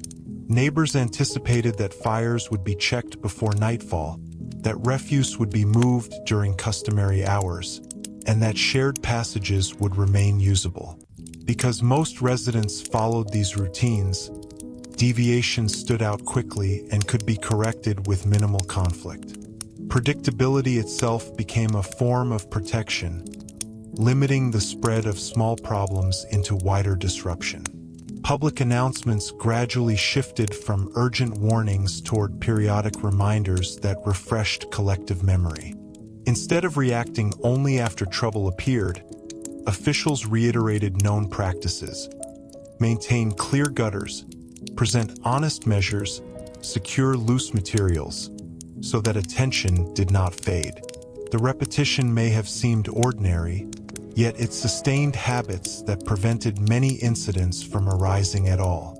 Economic relationships benefited from this anticipatory culture.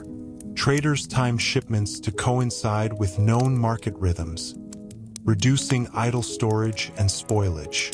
Credit arrangements were aligned with predictable cycles of income, making repayment more manageable. Because partners shared similar expectations about timing, negotiations required less uncertainty and fewer last-minute adjustments. Religious observances continued to provide structured pauses that allowed review and preparation. Periods set aside for reflection often coincided with practical tasks. Taking stock of stores, repairing garments, cleaning shared areas, so that spiritual routine and material readiness reinforced one another. These intervals helped reset attention, ensuring that gradual neglect did not accumulate unnoticed. Across decades, the city's resilience came to rest on this capacity to anticipate rather than merely endure. London could not control harvests, weather, or distant conflict, yet within its walls people learned to read patterns, prepare early, and coordinate their efforts through familiar schedules. The result was a steadier urban rhythm in which disruptions still occurred but were less likely to cascade unchecked. Through shared expectation, quiet, habitual, and widely understood, The medieval city sustained a complex web of activity that allowed dense populations to live, work, and adapt together despite the constant presence of uncertainty. As anticipation became a defining feature of daily life, the city's long-term stability increasingly depended on how well these expectations were refreshed and renewed across changing generations. Customs that were once learned through necessity now required deliberate reinforcement, so they would not fade as memories of earlier hardships grew distant. Elders, masters, clergy, and ward officers each played a role in repeating the reasons behind familiar routines: why drains were cleared before the rains, why open flames were checked at dusk, why measures were displayed openly in the market. By restating purpose rather than merely enforcing compliance, they helped ensure that habits remained meaningful rather than mechanical. This renewal of understanding often took place through demonstration. Younger residents watched experienced workers prepare tools at the end of the day, secure storage against damp, or arrange goods so that older stock was used first.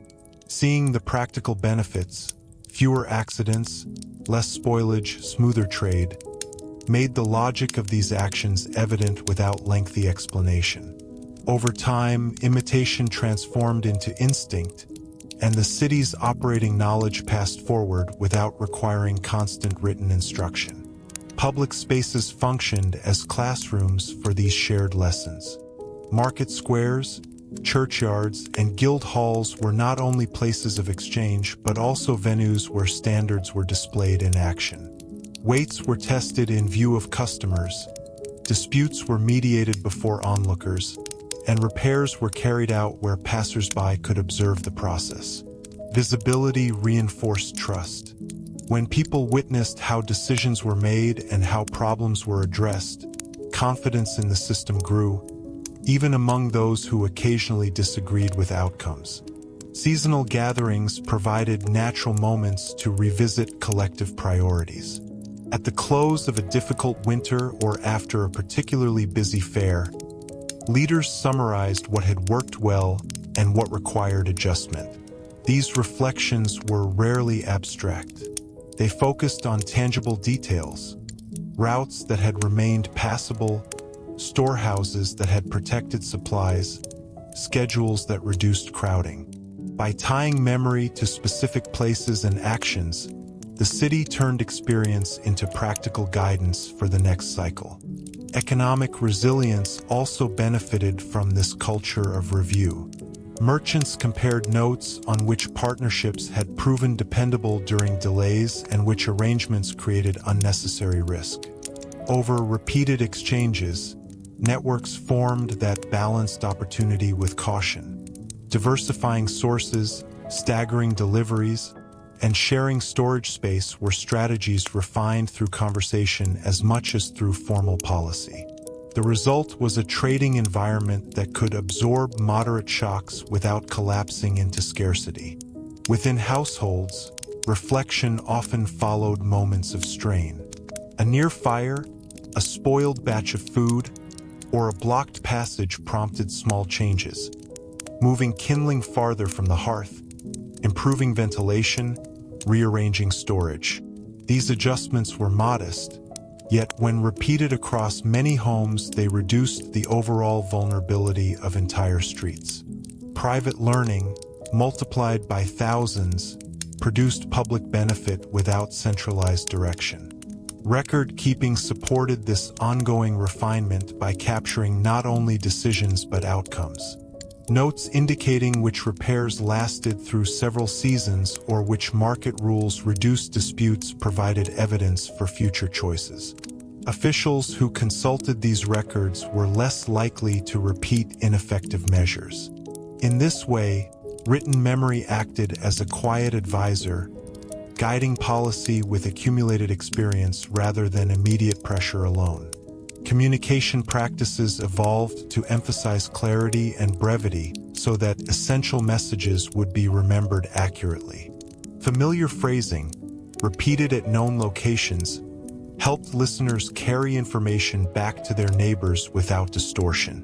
The reliability of these messages reduced the space in which rumor could grow, preserving calm during periods when uncertainty might otherwise provoke haste. Cultural narratives reinforced the value of steady care. Stories told in households and gatherings highlighted how patience, cooperation, and attention to small details had allowed the city to recover from earlier disruptions. These accounts did more than entertain. They shaped expectations about appropriate behavior when new challenges appeared.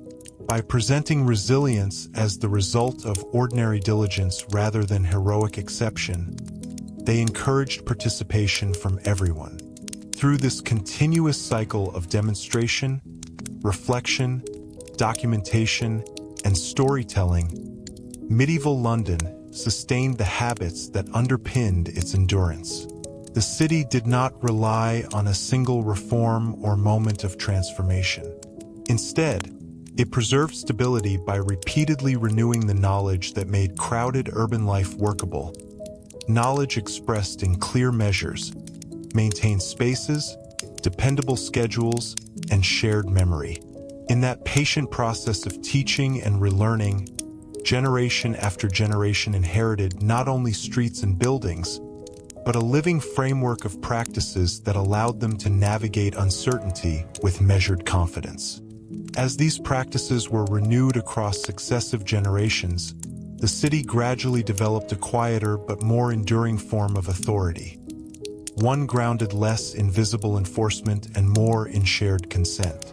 Residents complied with many expectations not because watchmen were present at every corner, but because the routines themselves had become familiar, reasonable, and woven into daily survival. When rules aligned with lived experience, keeping passages clear, presenting honest measures, securing fires, obedience required little persuasion. In this way, legitimacy emerged from usefulness, and usefulness was proven through repetition. This subtle legitimacy shaped how disagreements were approached. Instead of immediately framing conflict as a contest to be won, many disputes were treated as problems to be settled so that ordinary activity could resume. Traders sought quick clarification over weights or quality. Neighbors negotiated boundaries or access with the aim of restoring workable coexistence. Local mediators, drawing on precedent and custom, encouraged solutions that preserved relationships rather than severed them. The priority was continuity, keeping commerce, movement, and cooperation intact, because prolonged friction carried costs for everyone involved. Over time, the city's institutions learned to signal fairness through process as much as outcome.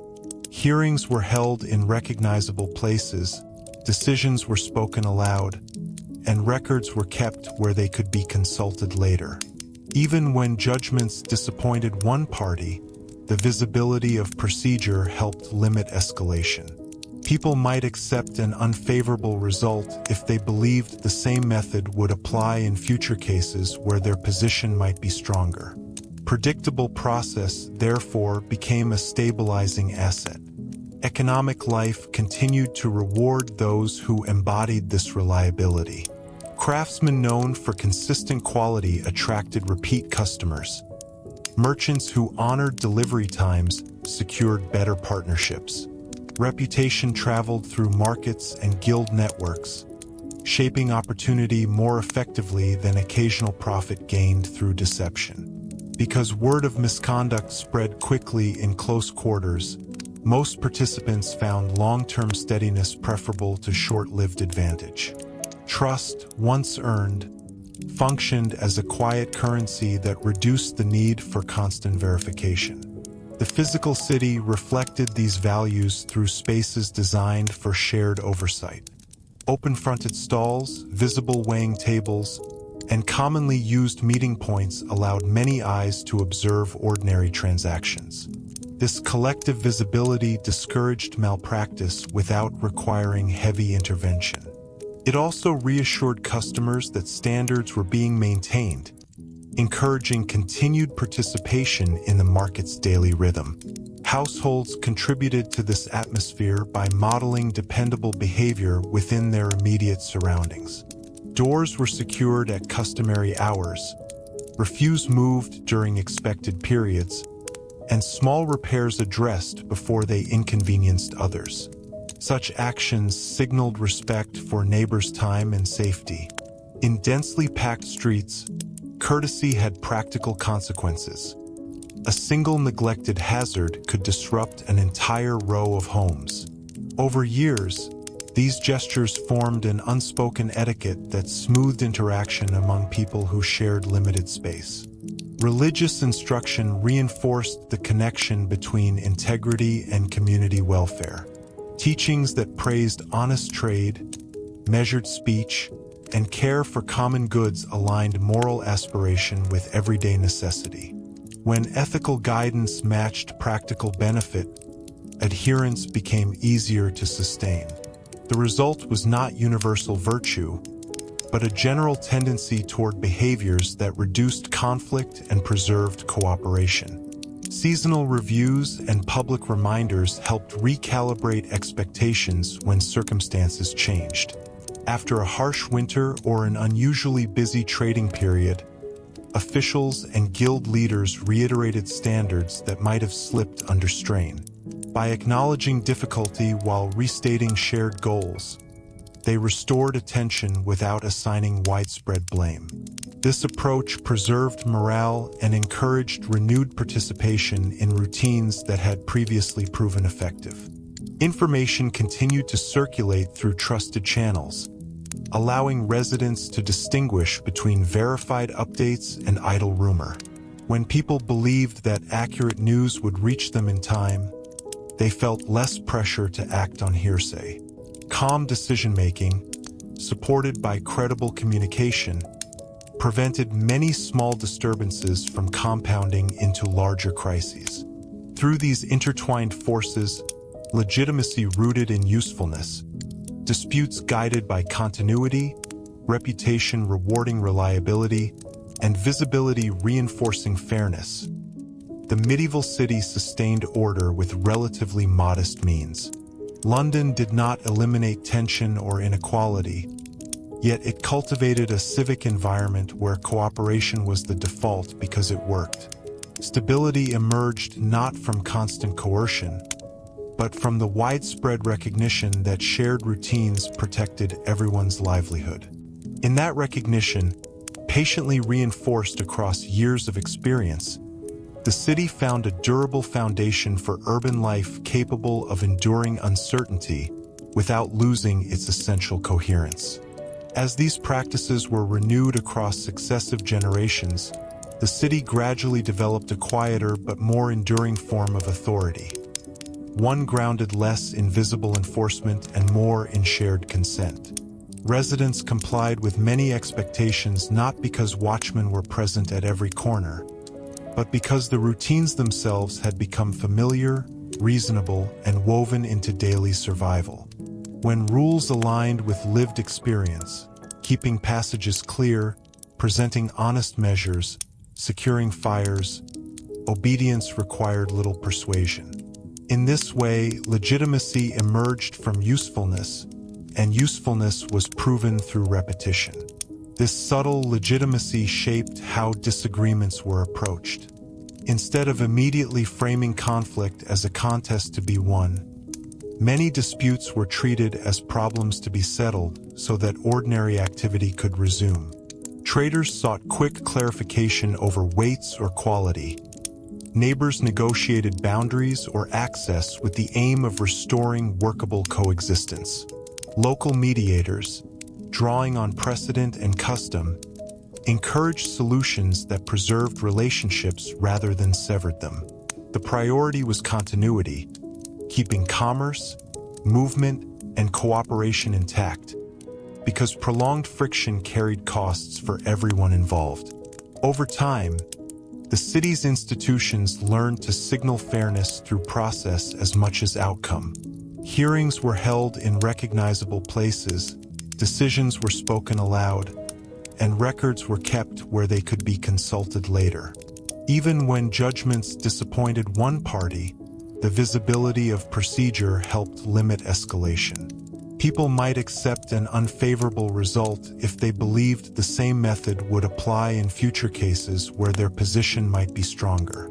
Predictable process, therefore, became a stabilizing asset. Economic life continued to reward those who embodied this reliability. Craftsmen known for consistent quality attracted repeat customers. Merchants who honored delivery times secured better partnerships. Reputation traveled through markets and guild networks, shaping opportunity more effectively than occasional profit gained through deception. Because word of misconduct spread quickly in close quarters, most participants found long-term steadiness preferable to short-lived advantage. Trust, once earned, functioned as a quiet currency that reduced the need for constant verification. The physical city reflected these values through spaces designed for shared oversight. Open-fronted stalls, visible weighing tables, and commonly used meeting points allowed many eyes to observe ordinary transactions. This collective visibility discouraged malpractice without requiring heavy intervention. It also reassured customers that standards were being maintained, encouraging continued participation in the market's daily rhythm. Households contributed to this atmosphere by modeling dependable behavior within their immediate surroundings. Doors were secured at customary hours, refuse moved during expected periods, and small repairs addressed before they inconvenienced others. Such actions signaled respect for neighbors' time and safety. In densely packed streets, courtesy had practical consequences. A single neglected hazard could disrupt an entire row of homes.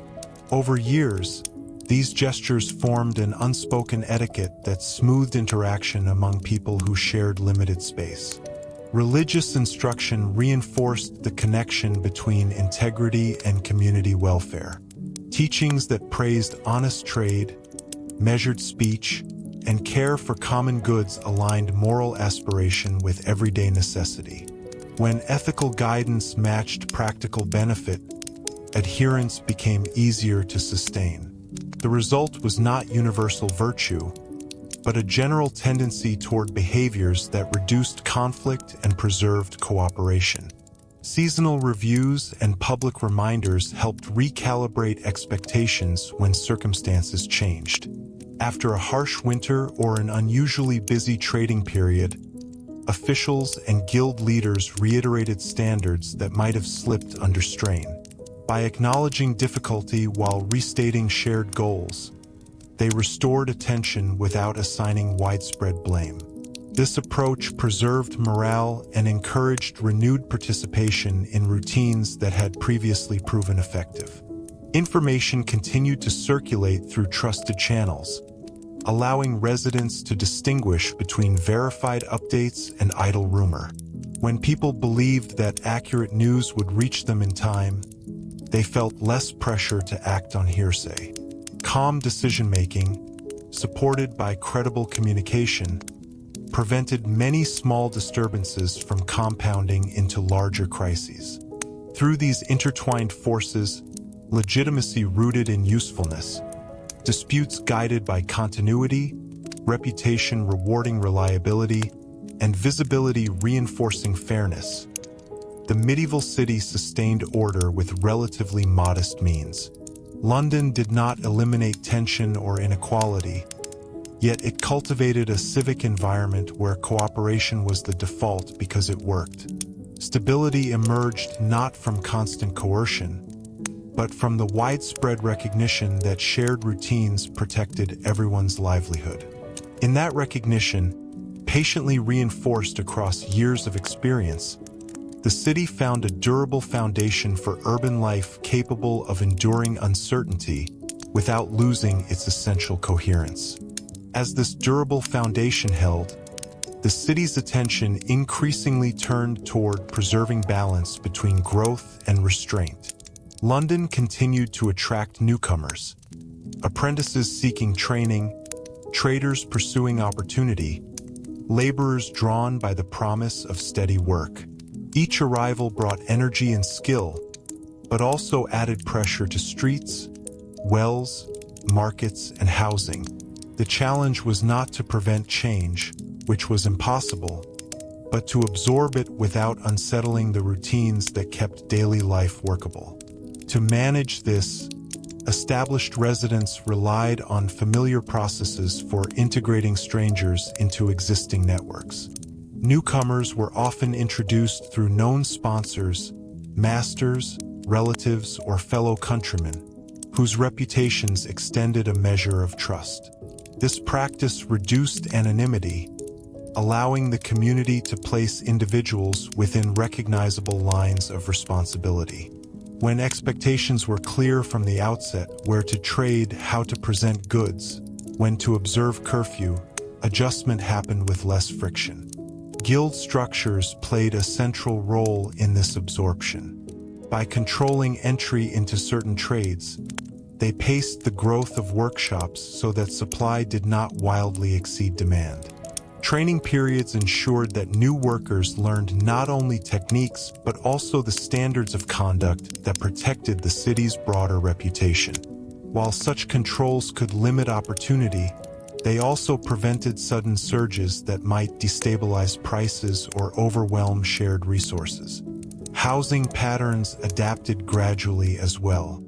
Families took in lodgers, upper rooms were subdivided, and existing structures were modified to accommodate additional occupants. These changes were rarely comfortable, yet they allowed the city to expand without immediate large-scale rebuilding.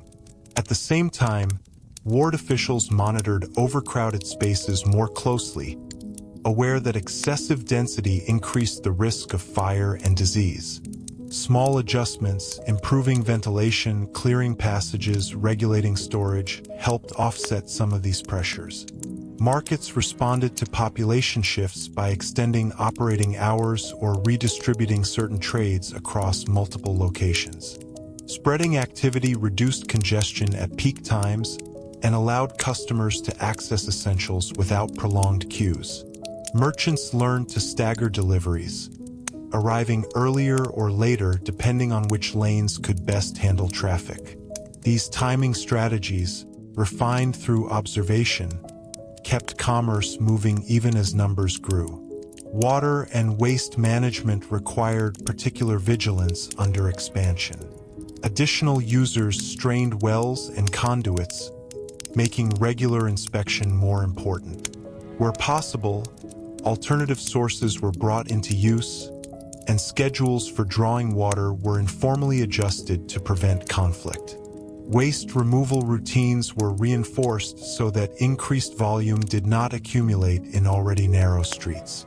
Though imperfect, these efforts reflected an understanding that shared systems needed proportional care as demand rose. Communication helped maintain equilibrium by clarifying expectations for new and old residents alike. Announcements reiterated customary rules, while neighbors explained local habits to those unfamiliar with them. This blending of formal notice and informal guidance eased transitions that might otherwise produce misunderstanding. When people understood not just what was required but why it mattered, compliance became more likely. Economic relationships also adapted to a larger, more varied population. Traders diversified offerings to match different needs, while maintaining core goods that ensured stability. Credit networks expanded cautiously, extending trust through chains of recommendation rather than sudden, untested agreements. This measured growth preserved confidence even as the marketplace became more complex. Civic and religious gatherings served as moments to reaffirm shared identity amid change. Processions, feast days, and public meetings brought together long-established families and recent arrivals, reinforcing the sense that all participated in the same urban rhythm. Shared observance reduced the distance between groups, encouraging cooperation in practical matters such as repairs, watch duty, and market order. Through these layered adjustments, sponsorship, paced training, adaptive housing, redistributed trade, vigilant maintenance, and clear communication, the medieval city managed to grow without losing coherence. London remained crowded and vulnerable, yet it demonstrated that expansion need not dissolve stability if guided by patient integration. By folding newcomers into existing patterns rather than abandoning those patterns entirely, the community preserved the routines that protected its fragile balance. In this careful accommodation of change, the city showed that resilience is not only the ability to withstand shock, but also the capacity to welcome new energy while keeping the shared structures that allow everyday life to proceed with steadiness. As the city continued to absorb new people, goods, and expectations, another quiet priority emerged: preserving clarity in how responsibilities were divided. Growth made it easier for confusion to arise over who maintained a passage, who inspected a stall, who answered a complaint first. To prevent small uncertainties from turning into larger disputes, officials and guild leaders worked to restate boundaries of duty in practical terms. These clarifications were often simple: this ward clears that drain, this officer checks those measures, but their repetition reduced overlap and neglect. Such clarity proved especially valuable during busy seasons when pressure on shared systems increased. When responsibilities were known in advance, action could begin without delay. A blocked route could be addressed by those already expected to manage it. A complaint about spoiled goods could be directed to the appropriate viewer without argument over jurisdiction. Time saved at these moments often prevented inconvenience from spreading into wider disruption. The practice of naming responsible parties also strengthened accountability. When a task was linked to a recognizable office or guild, residents knew where to turn if problems persisted. This visibility encouraged diligence among those holding the role, since inaction would quickly become evident. At the same time, it reduced frustration among householders and traders who might otherwise waste effort seeking assistance in the wrong place. Training supported this system by ensuring that successors understood not only how to perform duties, but where their authority began and ended. Apprentices in civic roles, clerks, assistants, junior ward officers, observed how experienced figures coordinated with neighboring wards and other guilds. They learned when to act independently and when to consult others whose responsibilities intersected with their own. These habits of consultation prevented well-intended actions from creating unintended conflicts. Urban space reflected clearer divisions as well. Certain areas were consistently associated with particular activities: specific stretches for unloading, designated corners for weighing, familiar routes for waste carts. Because these associations remained stable over time, residents adjusted their movement without constant instruction. Predictable placement reduced crowding and helped newcomers understand the city's working layout more quickly.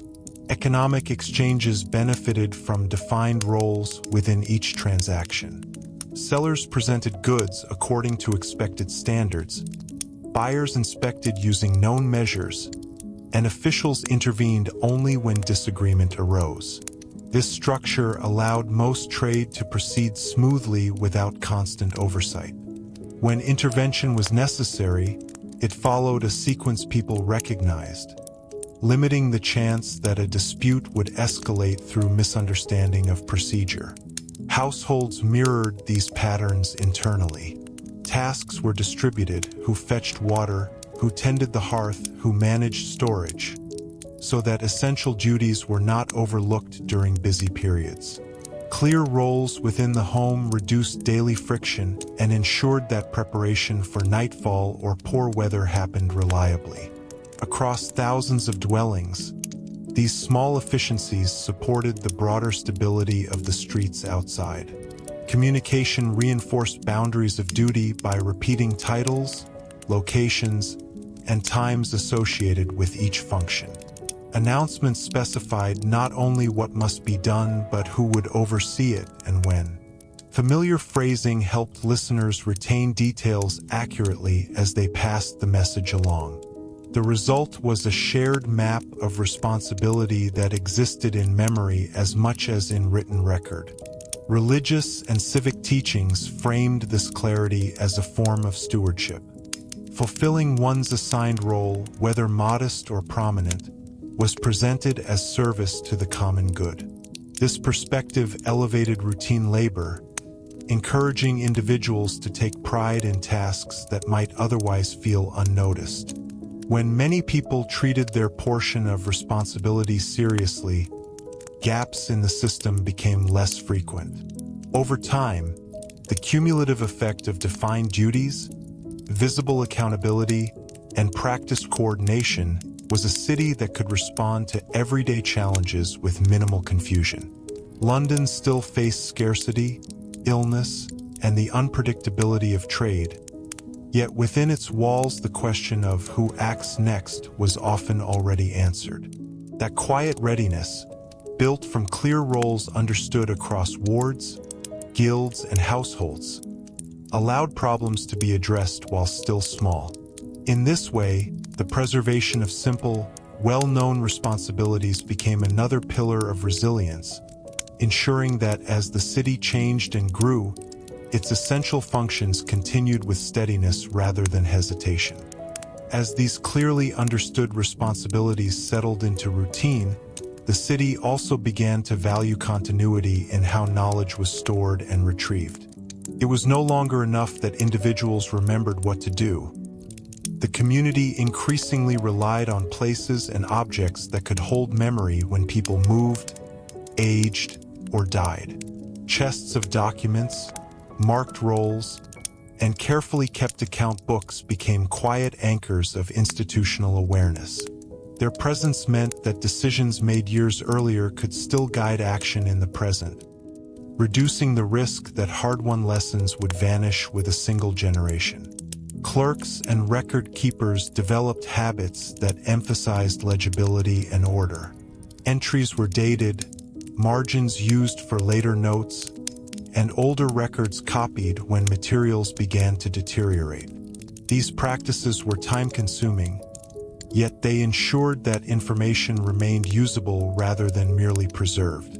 When disputes arose over dues, boundaries, or prior agreements, the ability to consult a clear record often shortened arguments that might otherwise linger and disrupt trade. Physical storage of these materials was treated with care. Documents were kept in locations less prone to damp, wrapped or bound to protect against wear, and occasionally reviewed to confirm that contents still matched current conditions. This periodic checking prevented the archive from becoming a static relic. Instead, it functioned as a living reference, updated when streets were altered, when responsibilities shifted, or when new precedents replaced older ones. The growing reliance on written memory influenced how meetings were conducted. Summaries of discussions were noted, decisions restated aloud before being entered, and witnesses acknowledged so that future readers would understand the context. Even when literacy was uneven, the knowledge that a written trace existed encouraged participants to speak carefully. Words carried forward beyond the moment, shaping behavior with a sense of lasting consequence. Guilds mirrored these habits within their own halls. Lists of members, standards of workmanship, and records of training terms were maintained so that expectations remained consistent as masters changed. When questions arose about who was qualified to practice a craft or how a particular process should be performed, the guild's books offered guidance that reduced personal bias. This continuity protected both customers and practitioners, preserving confidence in the trade's reliability. Households, though less formal, adopted parallel methods. Important agreements were sometimes witnessed and noted, valuables stored with simple markings, and family obligations remembered through repeated telling. While many details still depended on memory, the use of small written aids, tallies, labels, brief notes helped prevent costly confusion. Across the city, these modest practices accumulated into a broader culture that respected accurate recall. Public communication benefited from the presence of dependable records. When announcements referenced earlier rulings or established measures, listeners understood that instructions were not arbitrary. The connection between spoken guidance and documented precedent strengthened acceptance, even among those who might prefer a different outcome. Authority appeared less as sudden command and more as the continuation of known practice. Seasonal reviews often included consultation of past entries, how supplies had been managed during previous shortages, which repairs had endured, which routes had remained usable in heavy rain. Comparing current conditions with recorded experience allowed more measured decisions. Instead of relying solely on recent memory, officials could weigh patterns observed across many years. The physical environment itself began to reflect this archival mindset.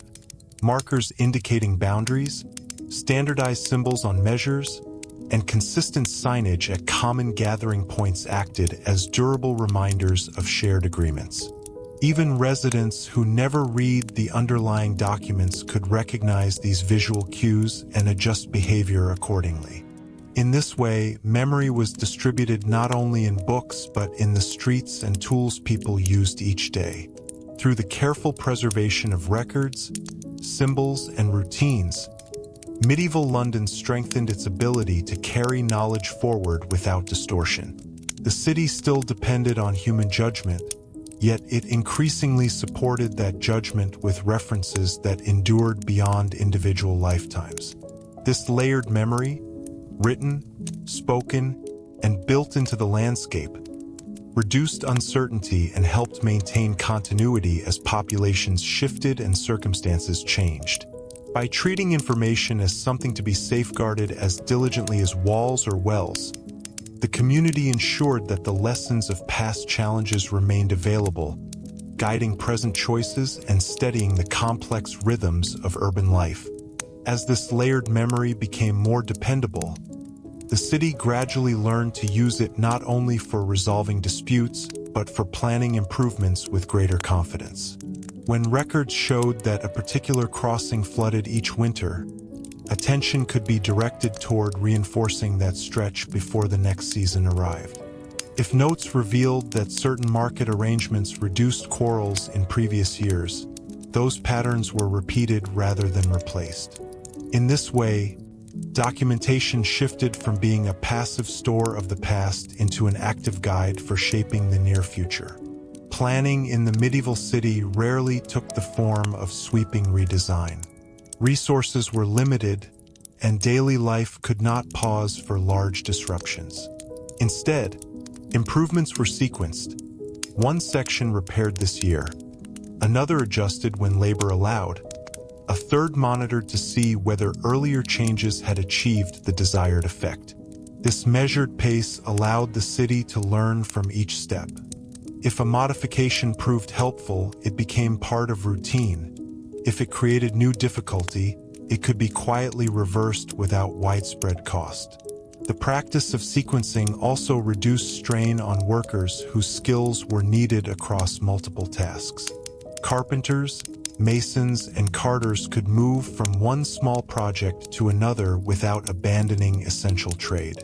By aligning repair schedules with periods of lighter commercial demand, officials ensured that maintenance did not compete directly with the flow of goods that sustained households. The city thus improved its fabric while keeping its economy in motion. Observation remained central to this approach.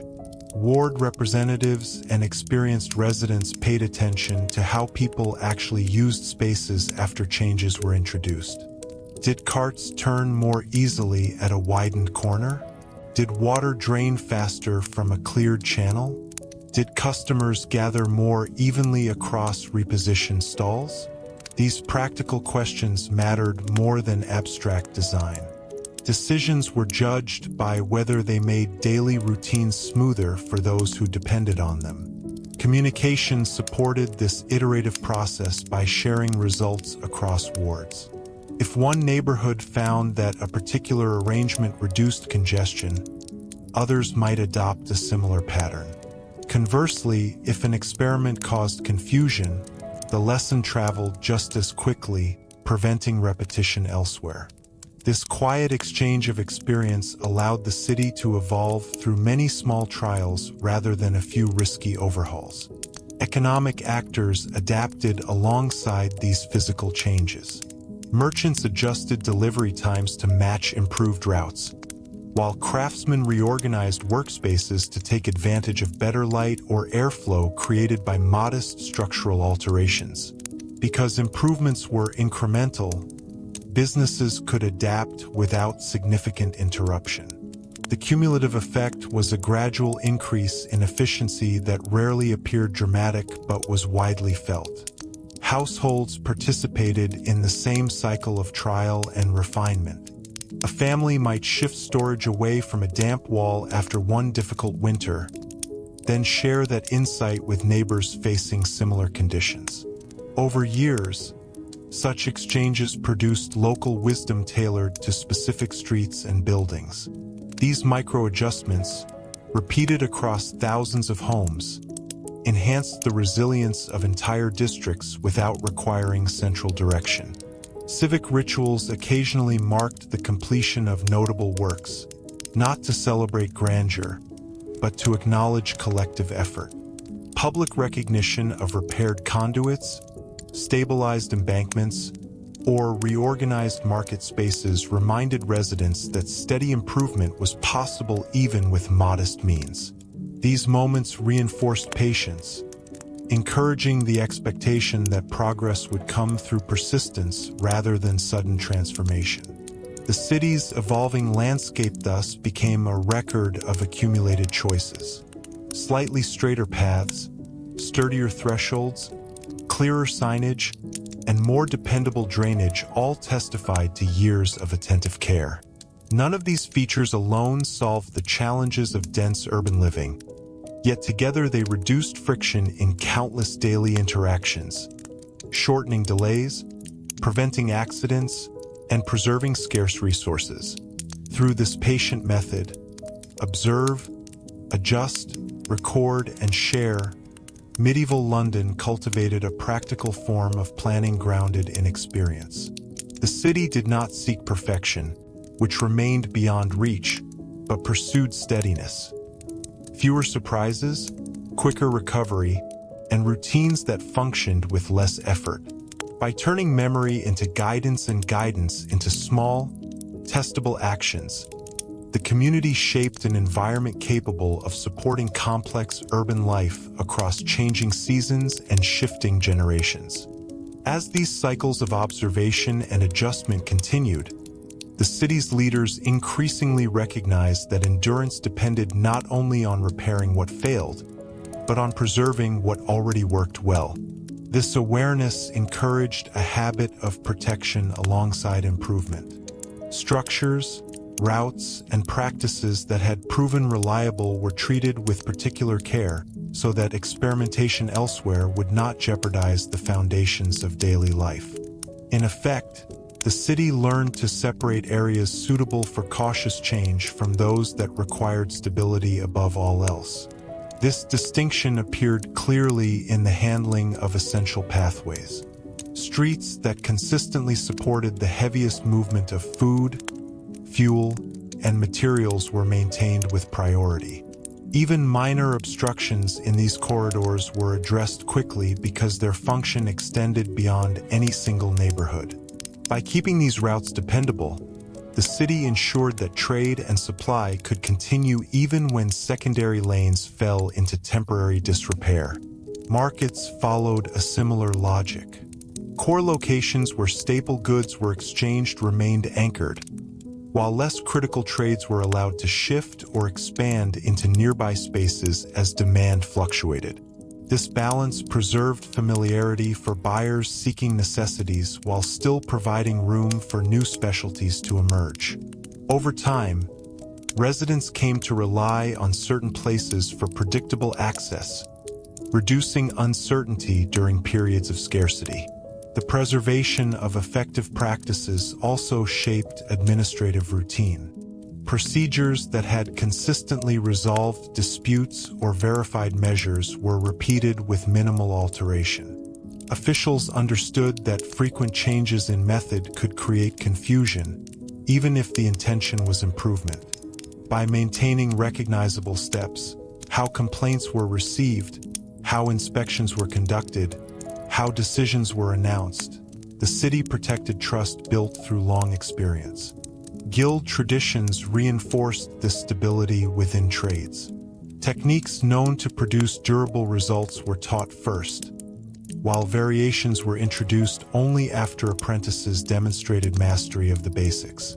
This sequencing ensured that innovation did not erode quality. Customers, in turn, could expect familiar standards even as styles or materials evolved. The reputation of a craft depended as much on consistency as on skill. Households practiced comparable restraint in their own spaces.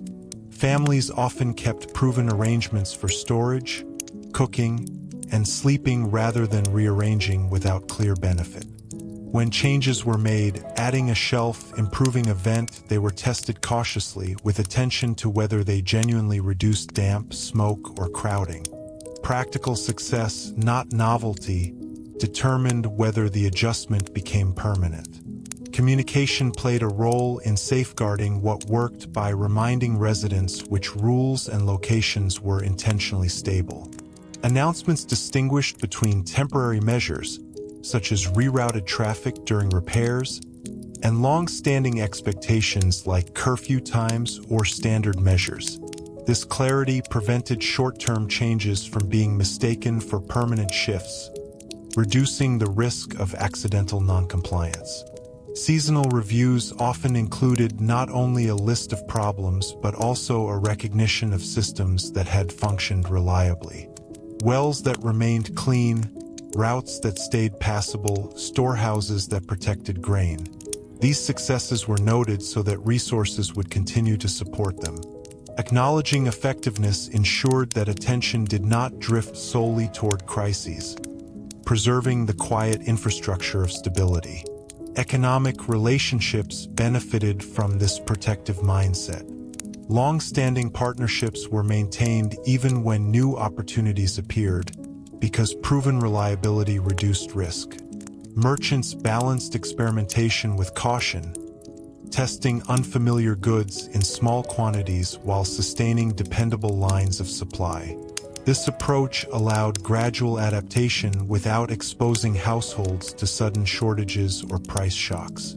Over years, the city's landscape and customs came to reflect this careful balance between continuity and change.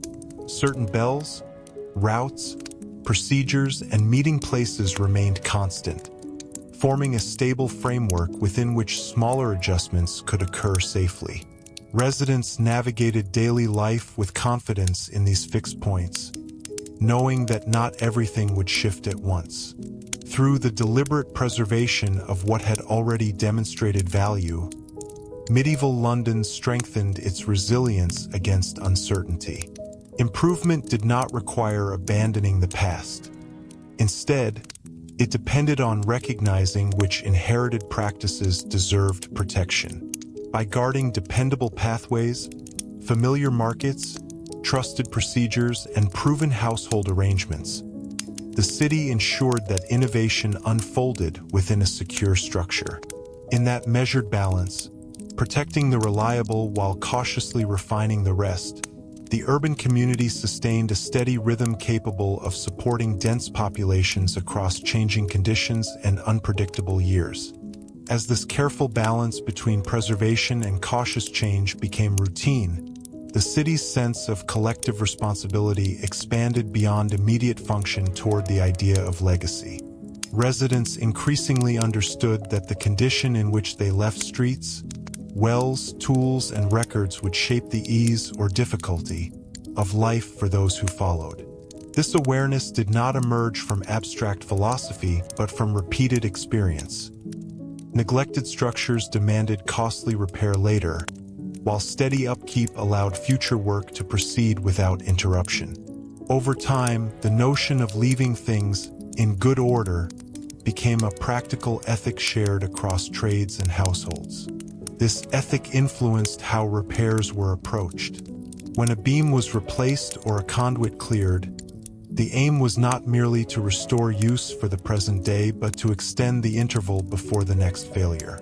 Materials were chosen, when possible, for durability rather than convenience, and joints were set with attention to how they would age under damp or strain. Even modest improvements, adding a reinforcing bracket, adjusting a slope for better drainage, were valued because they reduced the likelihood that the same problem would return with each season. Records began to reflect this forward-looking mindset. Notes were added to indicate not only what had been done, but why a particular method was chosen and how it had performed over time.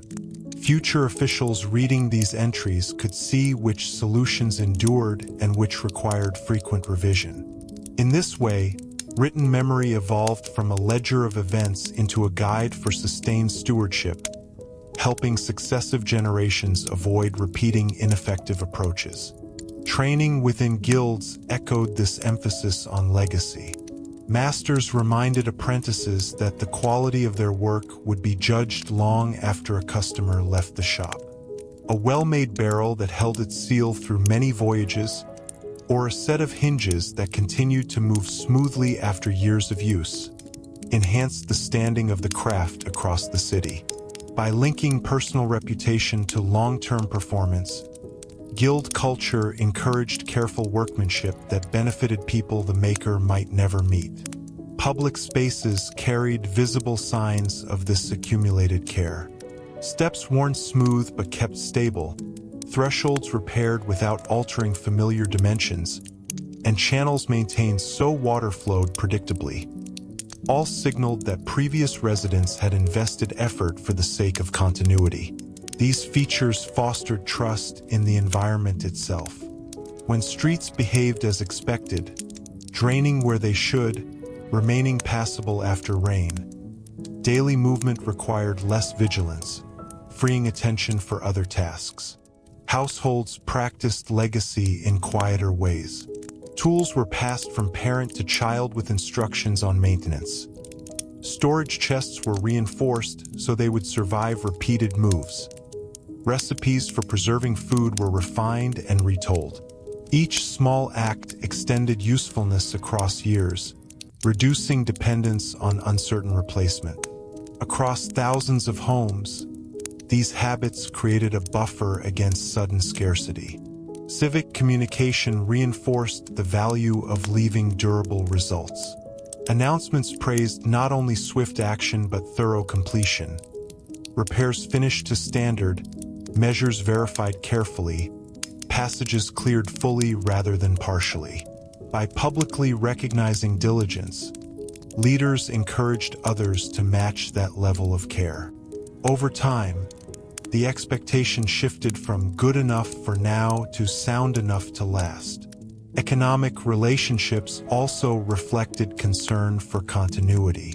Merchants favored containers that protected goods through long journeys, invested in storage that resisted damp, and scheduled maintenance of carts and harness before failure forced delay.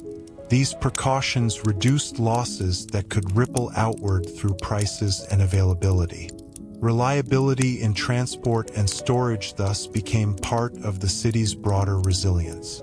Seasonal gatherings often included moments of acknowledgement for works that had endured, bridges that remained solid, wells that stayed clean, markets that operated without major dispute. Such recognition did more than honor effort. It reminded the community that steady, durable outcomes were achievable even with limited means. This reinforced patience, encouraging investment in measures whose benefits would unfold gradually. Through this growing ethic of legacy, repairing with longevity in mind, recording outcomes for successors, teaching durable craft, and honoring work that endured, medieval London strengthened its capacity to carry stability forward. The city still faced unpredictable harvests, disease, and shifting trade, yet its inhabitants increasingly shaped their environment as caretakers rather than temporary occupants.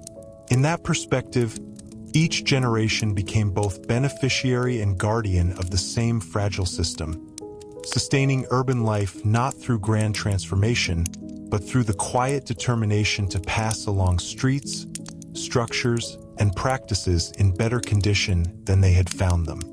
As this sense of stewardship deepened, the city's understanding of time itself began to stretch beyond immediate seasons into a more measured awareness of cycles that repeated across decades. Residents and officials alike came to recognize that certain challenges, rising damp along particular walls, gradual silting near specific river landings, recurring congestion at well-used corners, would return if left unattended. Rather than treating each appearance as a new surprise, these patterns were anticipated and folded into routine planning. The city learned, in effect, to expect repetition and to prepare for it calmly. This long view influenced how maintenance was scheduled. Instead of waiting for visible decay, some tasks were set to recur at intervals shaped by past experience.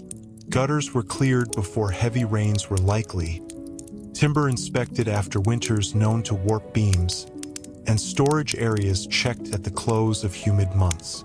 These actions were modest, yet their timing prevented small weaknesses from compounding into structural failure.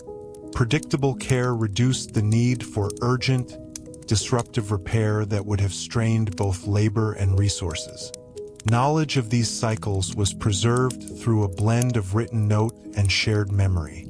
Clerks recorded when a conduit last required clearing, while older residents recalled which stretches of road softened after prolonged wet. When these sources aligned, confidence in the timing of intervention increased. Decisions were rarely perfect, but they were informed by more than guesswork. Over time, this alignment between record and recollection created a practical calendar of attention, an internal map of when and where effort would matter most. Trade adjusted to these rhythms as well. Merchants timed shipments to avoid routes that historically became difficult during certain months, and storehouses were prepared in advance of seasons when spoilage risk rose. By matching movement of goods to environmental patterns, losses were reduced without the need for complex infrastructure. The city's economy thus learned to move with the grain of the year rather than against it. Public space reflected the same awareness. Areas prone to puddling were given slightly altered surfaces. Market layouts shifted to account for winter winds, and temporary coverings used during wetter periods. None of these measures eliminated discomfort, yet they softened its impact enough that daily activity could continue. Residents navigating these spaces grew accustomed to subtle seasonal differences, adjusting their routes and habits without confusion. Households mirrored this cyclical thinking in their own preparations. Fuel was gathered ahead of colder weather, fabrics aired during drier spells, and preserved foods rotated so older stores were used first. These routines were passed along through demonstration, children learning by watching elders anticipate needs before they became urgent. Across thousands of dwellings, synchronized preparation reduced sudden spikes in demand that might otherwise have strained markets. Communication helped coordinate these efforts by reminding residents when customary periods of attention approached. Announcements did not introduce new rules so much as refresh awareness of familiar ones. Inspect roofs before the rains, secure loose materials ahead of stronger winds, check shared passages after heavy use. The repetition of timing cues ensured that collective action occurred roughly together, increasing effectiveness without centralized enforcement. Religious and civic observances often coincided with these practical cycles, providing natural moments for reflection and readiness. Gatherings at predictable points in the year allowed leaders to review recent conditions, acknowledge what had held firm, and encourage preparation for what typically followed. By linking spiritual rhythm with material care, the city reinforced habits that protected both morale and infrastructure. Over decades, the accumulation of these timed responses produced an urban environment better attuned to its own patterns. London could not control weather, trade winds, or distant harvests, yet it learned to read their echoes within its walls and respond before strain became crisis. This sensitivity did not rely on advanced instruments, but on attentive observation sustained across generations. Through the steady practice of anticipating recurring challenges, guided by memory, record, and shared routine, the medieval city transformed uncertainty into something more manageable. Disruption still arrived, but it was met by preparations already in place. In that quiet alignment with the rhythms of place and season, London demonstrated that resilience can grow from patience. A willingness to notice, to remember, and to act at the right moment so that the fragile balance of crowded urban life could endure year after year.